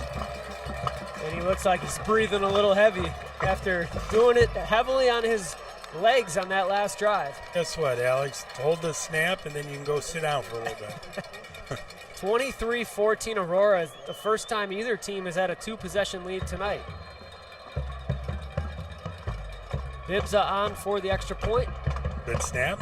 Good kick. He stays perfect tonight. 3 extra points. Hey, it looks pretty good now, huh? He jumped right up and ran off. It looks a lot better there. Well, a drive well done by Aurora. And Jeff, after fumbling the kickoff to start the second half, the Greenmen have made a 4th down stop, then a 4th down conversion on offense, and now a touchdown. We called earlier. Good teams don't let mistakes drag them down. Look at that. What a hole. I did not see that. That's a great angle to see. And that's not like it was 4th and 4, and he just needed a couple yards. When he made that decision, he either needed a lot of rushing yards or he wasn't going to get the first down, and he made the perfect call. Alex Moore. Yeah, Russ is right. We got to mention a couple of lead blockers on that beat. Help me out. My eyes are bad. Yeah, we're going to shout out number 70, Michael Cedar, as well as 76, Tucker Nieder. The left side of that offensive line, those two guys have been just punishing the defense all night. Thanks, Russ. Very important point. Making sure the line gets some love. Those guys don't I was called out. I've been trying to mention how much time Alex Moore has to throw, but I think we forget that, hey, you saw how big that hole was. Jeez. Well, and I think the good offensive lineman, too, will probably tell you, just congratulate our whole line. Don't single us out. But those 2 guys on the left side have been excellent tonight. There's a line drive all the way down to the 5-yard line where it will be taken. And the Greenmen's kickoff squad. Oh, I'm from behind, thank God. Yeah, chasing down the ball carrier right about the 29. So 2-possession lead for Aurora, 24-14. Matt Hobner got him. He's had a nice night. Sure has. On a couple different kinds of teams. Now Steubenville needs to answer. Aurora's got the home crowd making noise. Mitchell will come out under center. First down goes to Tavion Crawford over the middle, and he runs into a wall after about a 2-yard gain. Barner is part of it.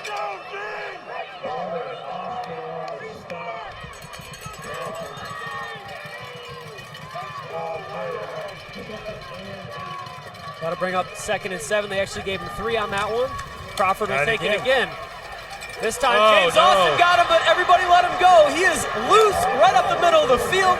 Nobody will catch Tavion Crawford, and the result will be They're right back in it. 67-yard touchdown run by the senior from Steubenville. He made the point that he's not that small, and there was a good example of if you don't get him down.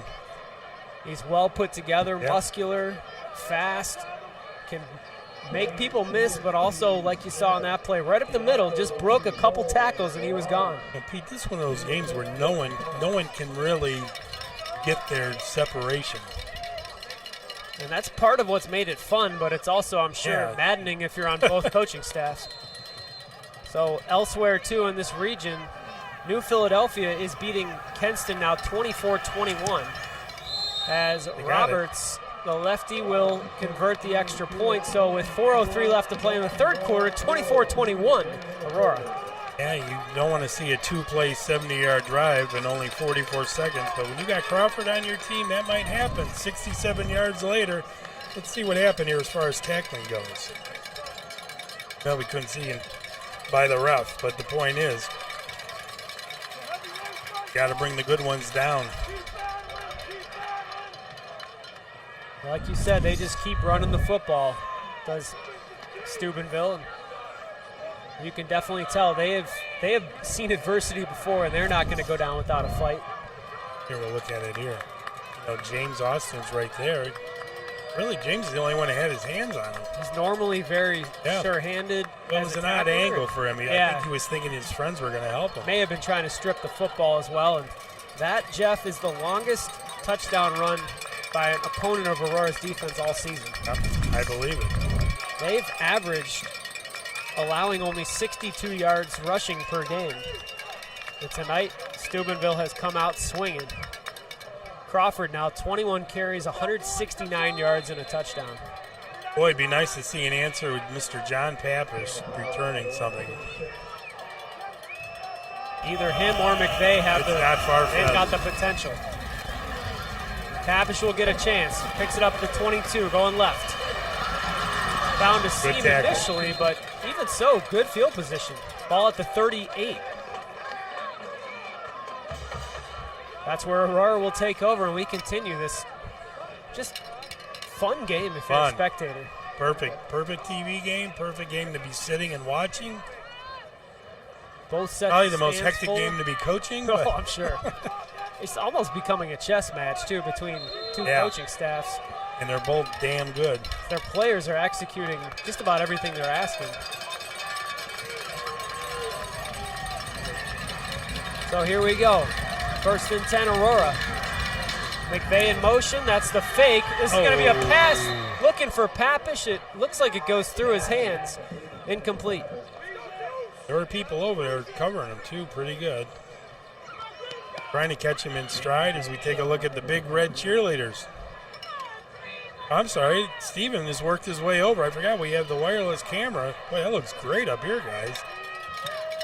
Perhaps I the thought most they came versatile camera podcast I thought they ever came done. over to say hello to the Aurora crowd. No, he's over there. All you see is red. So after the incomplete Nice pass, job, Steve. second and 10. Another fake handoff, more in trouble. He's going to try to find some space, but will end up losing a couple. And what Aurora doesn't want here is let them, take a look at Steve over there, let them score and they get the defense pumped up. You don't want that. But really, what is more to do here? He had pretty much the only thing he could do. Yeah, when you're not able to set your feet. Third and long. And that seems almost, Jeff, like an adjustment that Steubenville's defense has made since halftime, is putting a little more pressure on the quarterback. Now it bit him a little bit on that fourth down because Moore was able to run, but they bottled him up. You don't win 405 games without a great coaching staff. Nope. Third and 12. Moore back to pass. He's going to throw. He's got McVeigh first down. Nice. Ball popped out late, but after he hit the turf, McVeigh a clutch target. And Moore right on. I mean, that's right there. Fire to get there. Playing that, soft coverage on the outsides, respecting the speed of Aurora. But we mentioned this in game one that we had of Aurora was about Moore going to Peyton Manning's camp.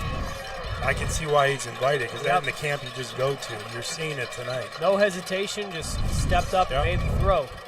First and 10 now on Steubenville's side of the field. Gets hit as he throws, but completes the ball. Nice. Again. Out there to Tony Graham. Sure, Alex was like, give me another second or so. Graham picks up 7. Good catch by Graham. Actually 6 on first down. He's getting hit right when he lets go of that. And that time, Not easy hits either. I think it was Kinney again in there. Someone could pick up that sophomore. But it was a good gain on first down. Here comes the blitz from Steubenville. Moore looking to pass. He gets it to McVeigh on the outside. Got a couple blockers. He'll get the first down close to the 30-yard line. There it comes. And he's thrown out of bounds in the last minute by Howarth. And that'll be a penalty for late hit. Yeah, that's not a good one there. I mean, I know you're frustrated because this kid seems to catch everything, but you know you have him right here out of bounds. Just stop. Yeah, 2 yards out of bounds, really just I like probably the finger frustration. that came in and pointed. Frustration, you would think, by the defense is they're having just all kinds of trouble stopping the passing game. Well, you can't have that, though. I mean, you got a team that's on a move. You certainly don't want to give them 15 yards, and that's what they've done. So the offensive fireworks have continued into the third quarter. That brings it all the way up to the 17. Moore with Graham to his left. 4 wide receivers out, 3 up top, 1 down to the bottom. Comes McVeigh. There goes Moore, and there goes Moore to the ground. And again, is no one blocking this kid? Brandon Kinney, number 43. I don't know if he's floating back there or what, but my Lord. He is the future of the linebacking core and the present for Steubenville. And he disguises himself well coming through there, too. Yeah, that was a 4-yard loss. Capish comes back in with James Austin on a very long second down play. So far, that penalty hasn't killed anything. Capish is spread out wide to the top of the screen. Still looking to break into the offense tonight. Moore back to pass. Oh, he was swinging it out to Evan McVeigh. He overthrew him. Oh, geez, not good. He got hit hard, but is able to get up, pop up after that play. Looks a little shaken up. I was watching the incomplete pass, so let's see if he's all right.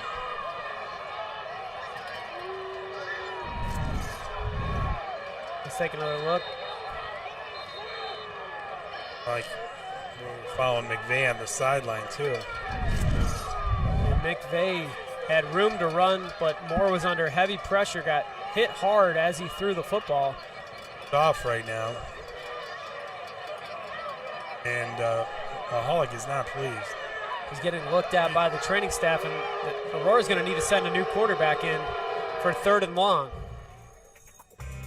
Really? Let's talk about Spotlight on Aurora Schools right now as we take a little break. Pat Cicatelli this month will have some of the groups that support throughout the school. The president of the Aurora Schools Foundation, Rob Bates, along with Matt Shanholzer, the president of the Aurora Alumni Association. Check that out on our schools show. We'll get back to new quarterback. Colin Scolaris in there on 3rd and 14. He's just going to take it himself running the football. He'll pick up about 1 back to the 20-yard line. And that'll bring up 4th down and a likely field goal try by Bibza. And they got a clearance on Matt. So Alex Moore comes back in. I don't know where. Suddenly I need check.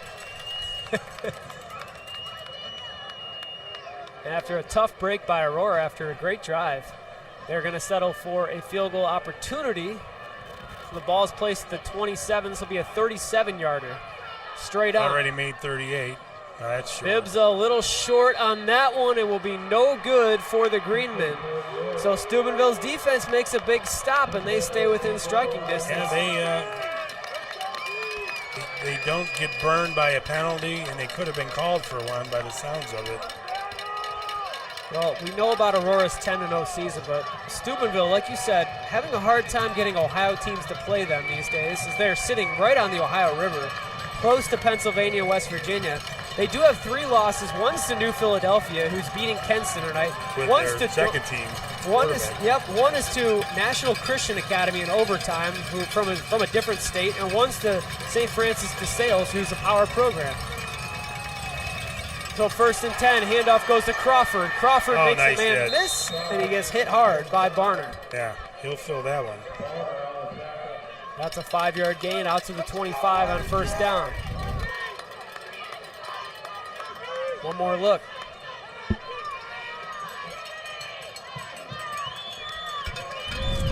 Well over 100 yards tonight. 174 for Tavion Crawford. Averages well over 200 yards rushing per night.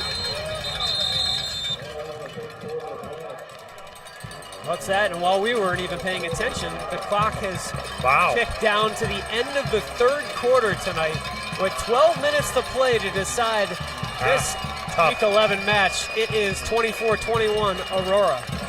And I saw Mahalik leave the field and walk over to Vic Ricketts and say, sit these offensive linemen down and make sure they know they got to protect my quarterback. A lot of offensive highlights in the 2nd and 3rd quarters tonight. McVay's been a big player on the offense. So is Alex Moore, the quarterback. Randy Mitchell on Steubenville's side, under center there. Boy, that was so nice throwing them back away as you're going down. Think about how big that score is now. Yep. Right before the end of the half. John Papish playing big from his safety position. Yep, waiting for friends. He got him. And Mitchell on 4th down. Arogi nearly had the pick. McVay again. Queuing up his totals for you. And Moore with 2 quarterback sneak touchdowns tonight. There we go. That's what sprung them right back as we go into quarter number 4. Here we go. Well, Crawford's had the stats, but we've seen how he's the real deal. He still stays on his feet, picks up 3, and will get Steubenville within a couple yards of a 1st down. You're wondering, 6 catches for Evan McVay, 147 yards in the process. Ben Rogie, so he only caught 3 for 84. They got all the yards, but A.J. Barner has the only reception touchdown of the night from 10 yards out after 3. Crawford, 175 yards. So 3rd and 1. That's going to be an option play out to Crawford, makes a man miss, gets lit up right at the 31-yard line, but that's going to be enough for a 1st down. And we've got ourselves a penalty flag. Looks like it might be on Aurora after the play. Hey, we got to get back to talking about this frustration deal. Got to keep it.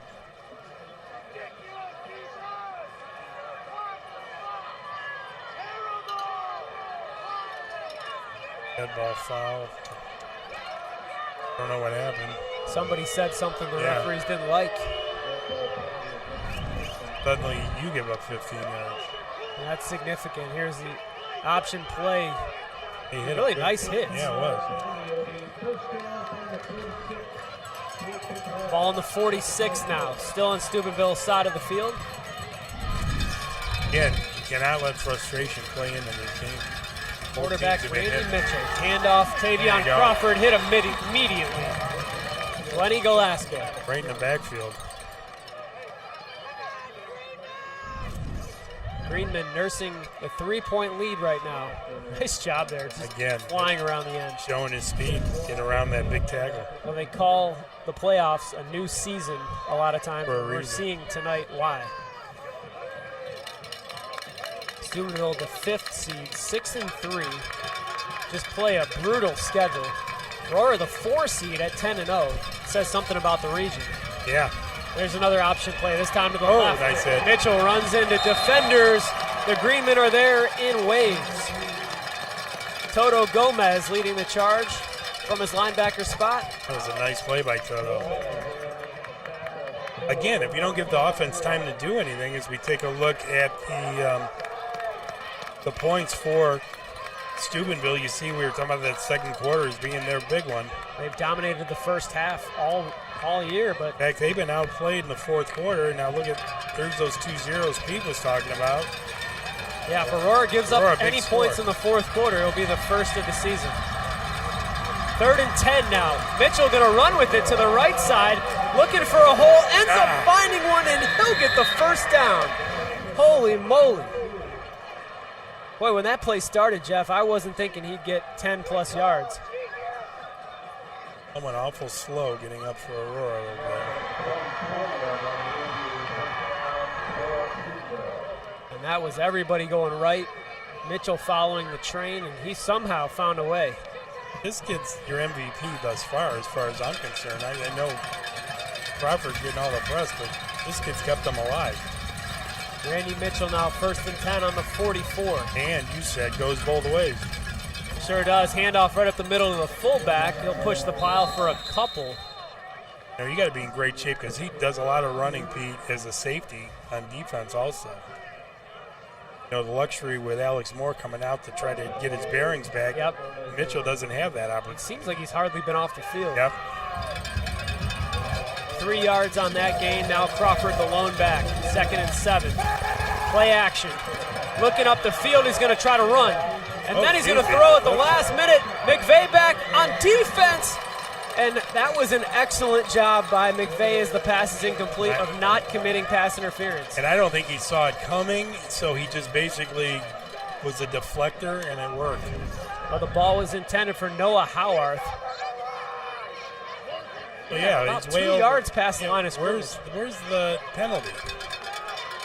It really was a good throw. I mean, that too. wasn't even close. But he was well beyond the line of scrimmage, like you said. No whistle, though. And that'll bring up 3rd and 7. Look where it is. You can see it above you. There's the penalty. There's the yard marker. No, that one was missed. Horrible. Do not miss those plays. 3rd and 7. Pressure coming. And he'll go down. Mitchell down for a sack. Kevin Paul and the boys. We talked about him at halftime, Jeff. Paul's just a sophomore, but man, is he talented. I'm still furious about them not catching that last one. Austin also causing some havoc here, too. Here we go. Loss of about 5, and that will bring up 4th and 13. Steubenville looks like they're going for it.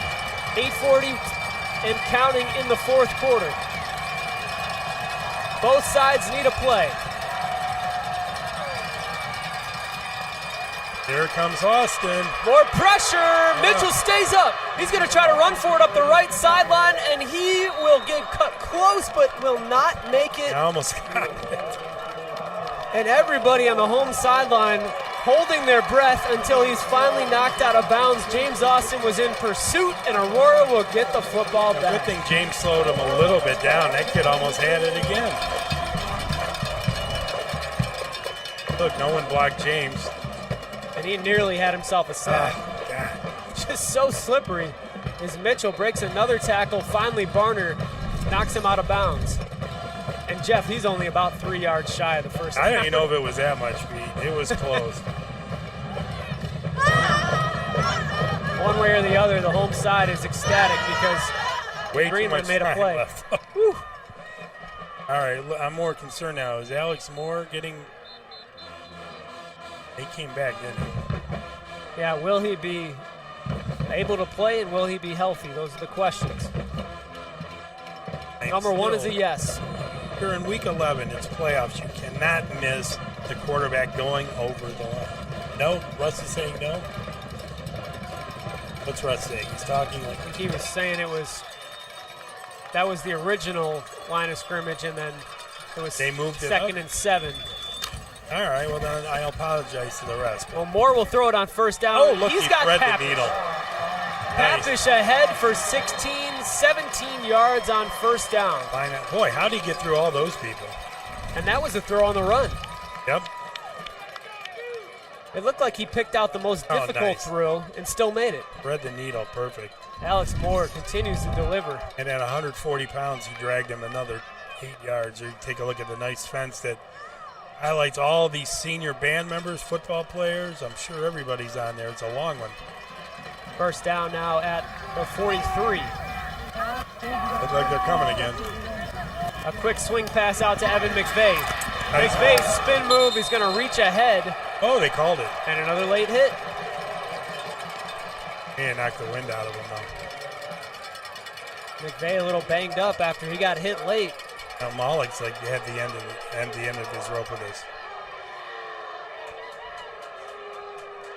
I'm sure it's just the wind knocked out of him. Well, he is back up. But still, you don't want to see that. McVay made a nice move. It was a good tackle, and at the end. Yeah, there's a little arm involved there, too. I think I would call that. Yeah, that's just that used to fly 15 years ago, but now you just can't hit somebody when they're already down. So that'll cost Steubenville 15, and hopefully it doesn't cost Evan McVay the ability to come back. I hope they're not trying to wave this off.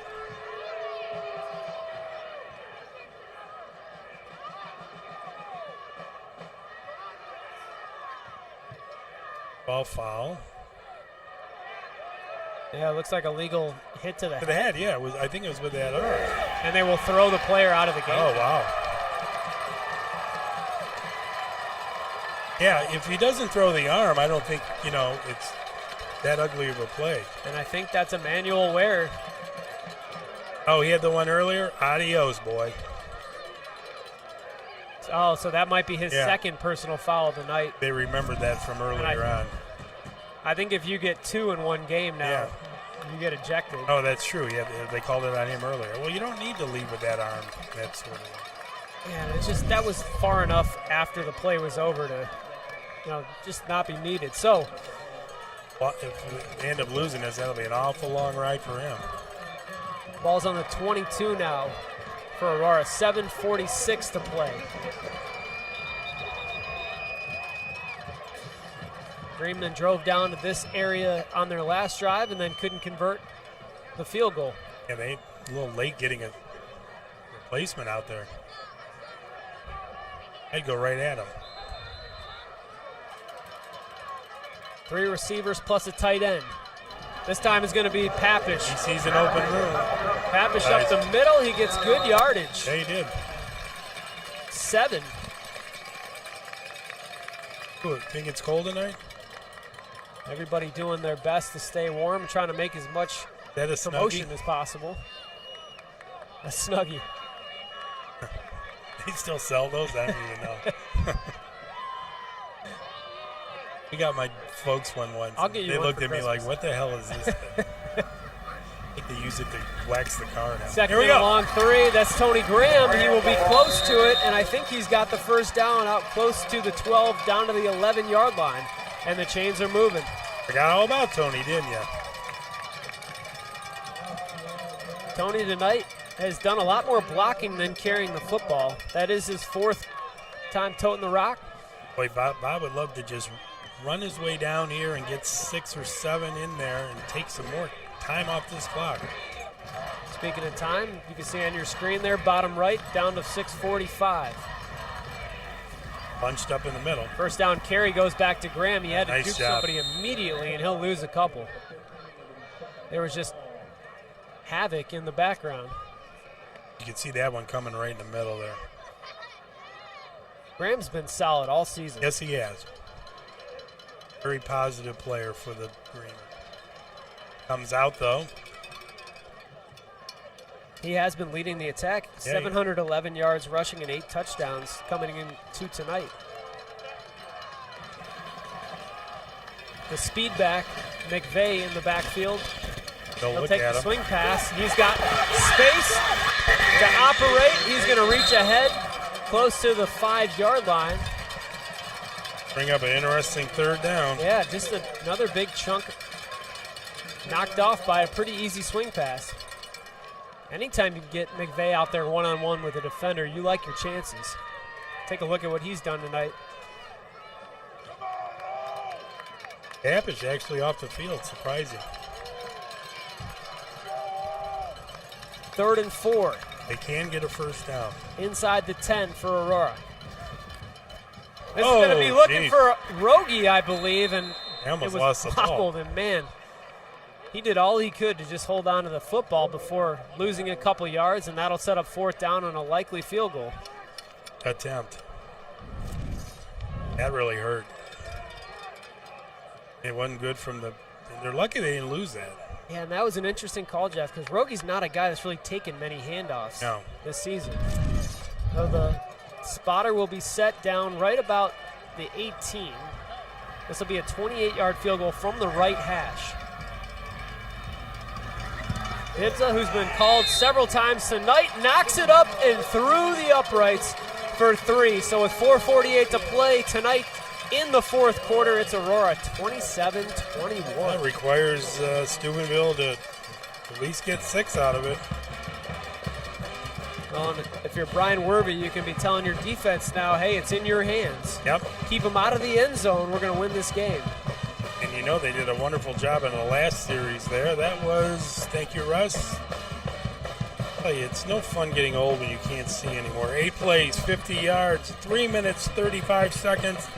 Alex Bibza with field goal number 2 from 28 yards out. Well, this You kickoff got spot. that feeling, though, Pete. A lot of people holding their breath right now.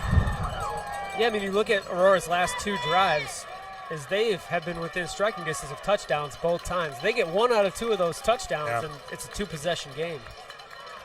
You're talking a high potent offense they got to deal with here.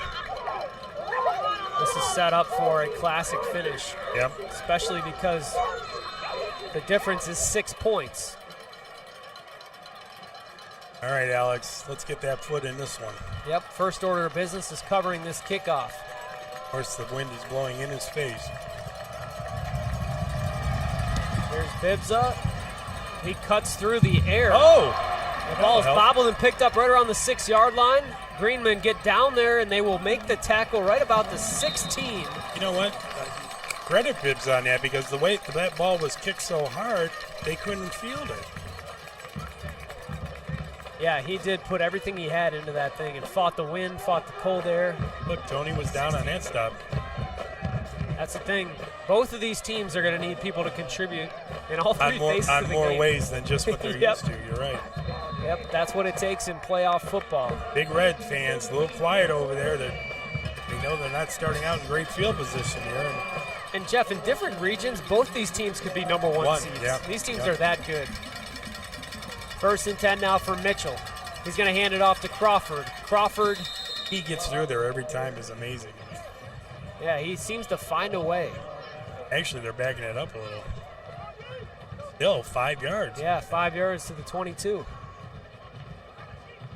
Tavion Crawford has been all he's chalked up to be Yeah. so far. He has. And Mitchell has been impressive managing the game, making things happen with his feet. I like Mitchell. Oh, yeah, I like him a lot. He And got it. no, he'll fake it. He'll take it himself. He will get the first down out over the 30 to the 35, breaking tackles to the 40-yard line. Randy Mitchell. It fakes well, too. That'll stop the clock momentarily while the chains move to get reset. And here they go with no huddle. Yeah, right in there and then out. Everyone was sucked in.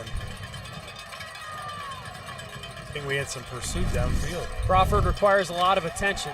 There's going to be another fake. Mitchell will take it himself again, makes a stiff arm, stays on his feet.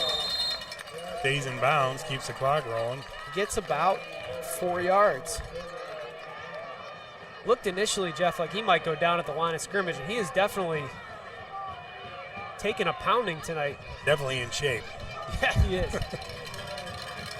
To be going all season like this, running an offense where he's expected to do a lot with his feet. And then go on defense. So 2nd and 6. He's going to take it himself around the right side again. Looking for an opening, he found one. Following blockers, diving ahead. Gets right up to that first down marker, and they'll move the chains. I don't know about Yeah, that was either. a little bit of a generous Jeez, spot. get it right. Steubenville out to midfield now. 1st and 10, under 3 minutes. Both teams with all 3 timeouts. Randy Mitchell in the shotgun. Tavion Crawford to his left. The handoff goes to Crawford, right side. Crawford Nice hit by McElwee, and he'll drag defenders forward about 3 yards before he goes That's down. actually a good job by the defense on him. Sure was. McElwee hit him and held on. The clock continues to run. That'll bring up 2nd and 7.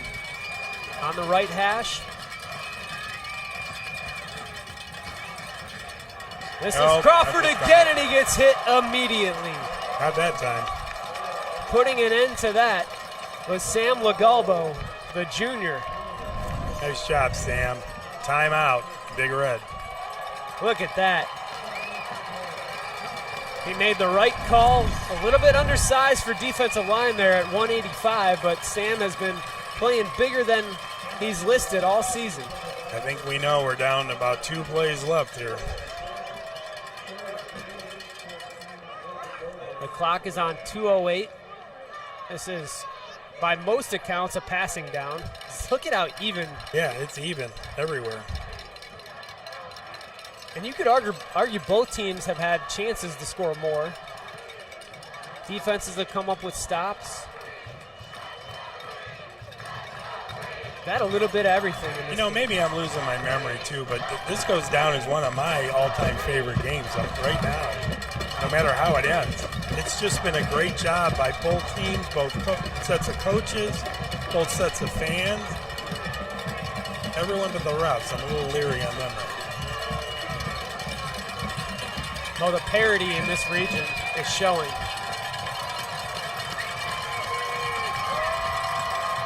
That home Here we side go. is It's getting getting loud. fired up. We don't have a window open. It's that loud.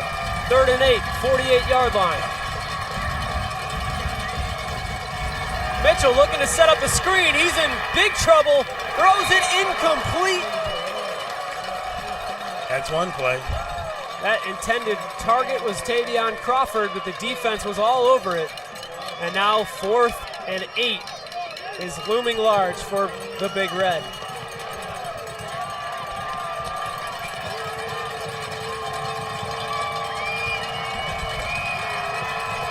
I hesitate to say this is the game, but this is a huge play. It is loud. Greenmen faithful making a lot of noise here. There's a pass out into the flat. Needs the yardage and he will get it. But there is a flag down on the field right about the 38-yard line. The completion was to Luke Zorney. And this is going to be a huge call. Aurora's clapping.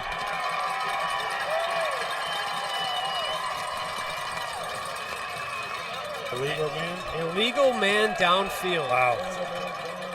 One of the linemen. I thought that's a loss of down, man.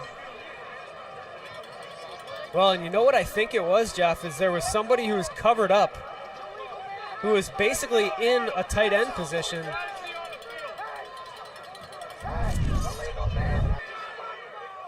Uh-oh. They pulled McVay off. And we're hoping that's just a cramp. It's a cramp. By Evan there is a legal man downfield. That's going to negate the first down. That'll move the offense back 5. I like how Wervey's getting out there and getting these guys in. Again, it's all talk, talk, talk. And Jeff, You know, and if I'm a Steubenville fan, I don't like the refs making, you know what I mean? yeah, Ugh. yeah, that's tough to have that come back if you're an offensive player or a fan of the offense right there. And that's kind of one of the more obscure things about football is the last man on the line of scrimmage is the only one on either side that can go out for a pass. And I think they had 2 players that were both on the line of scrimmage, not off the line of scrimmage, Right. and both of them ran out for a pass, and you can't do that. But again, from NFL on down, why is everything such a project? Yeah, a lot of conversation. So that will be the final call. But they got another chance.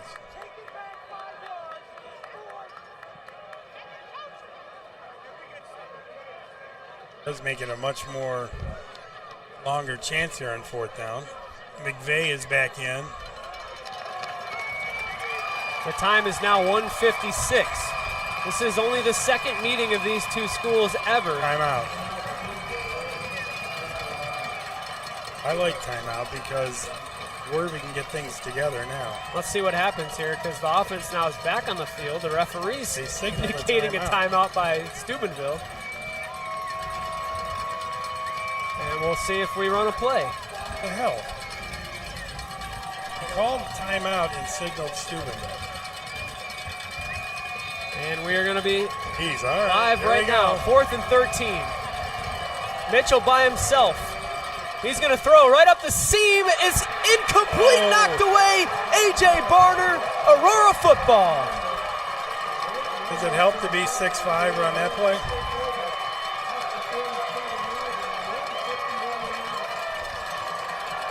This crowd erupting. As it looked like 5 I'll tell you what, it looked verticals. like he was there, didn't It it? sure did. Looked like 5 verticals on that play. Mitchell was looking to hit one. Here's Legalbo a couple plays ago. This is all the defense on this drive. And there was Lenny in Nothing. there. Yeah. And 2 defenders guarding the screen man. Then on that last play, Oh, boy, he got his hand there. if he wasn't 6'5", Jeff, he may I not tell have you, gotten that. No, that looked like it would be complete. So a couple timeouts left for Steubenville. This thing's not over yet. 1:51 to play. It just got an added one. Here's an end around to Rogie. Rogie's got some space. Hold on the ball. Got 8 yards, maybe 9 yards. They're going to stop him at the 39, so that was a pickup of 8 on first down. Steubenville 2 timeouts. Looks like they won't call one yet. Pretty safe to say if Aurora gets 1 first down here, it's probably over. 27-21.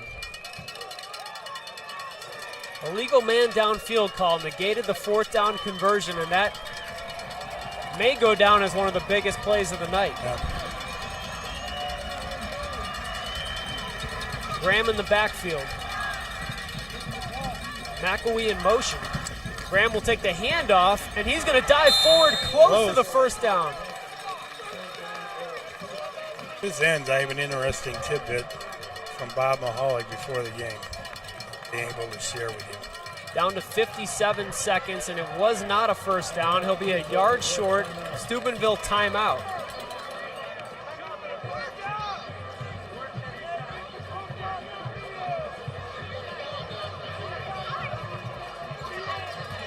So to seal the game, Aurora needs a yard. Up 6, 57 seconds to play. Week 1, Division III playoffs.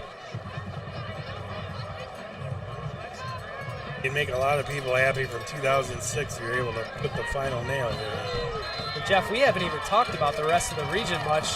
The winner will go on to play either New Philadelphia or Kenston. So far, it looks like New Philadelphia. Oh no, Kenston has taken the lead, 27-24. Chardon also up now 28-14 over Dover. That's neither here nor there. 3rd and 1. Or keeps it or what? Nope. There's going to be a stretch play to Graham. He's got the first down. Will fall down inbounds. And that, folks, may be the ball game.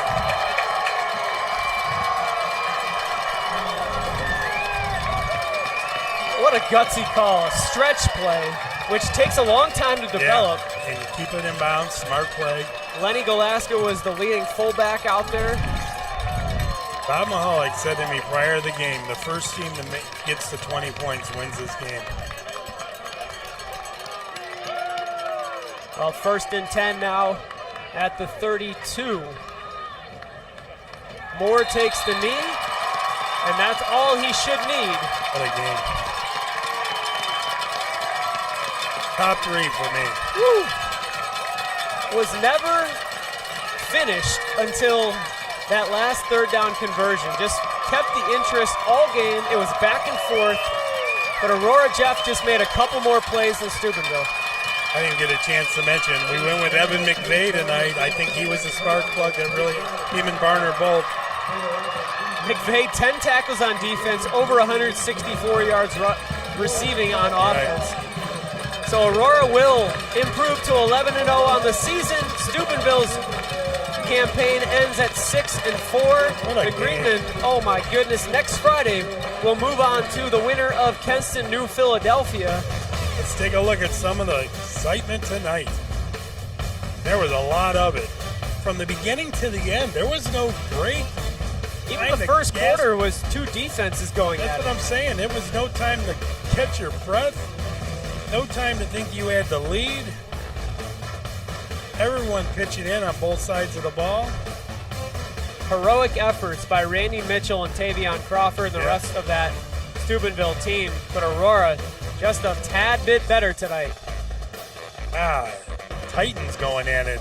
That was huge there, boy. AJ, be happy your mom and dad spit out a 6 foot. That's good. Well, Bob Mahalik moves on in his 19th season. The Focus Picks Impact Player of the Game, Evan McVeigh, number 4. He'll be back, and I hope we're back in Week 12 next week. And we still look healthy, Pete. Everyone, you got knocked around, but they're still up and moving. How about that? Just a fun one to call. Any last comments for tonight? No, I'm just grinning from ear to ear how much fun that was. Just a fun game here at Veterans Great Stadium. year for Steubenville. Congratulations to them also. It sure was. They look like they could have been one of the top seeds in this entire region as well, but that's going to do it for us. The final score, Aurora 27, Steubenville 21. The Greenmen move on. For Jeff Cole, I am Pete Honsberger, and we want to thank everybody here at Aurora and the Focus Sports crew and say so long. We're moving on from Veterans Stadium. Ready, break.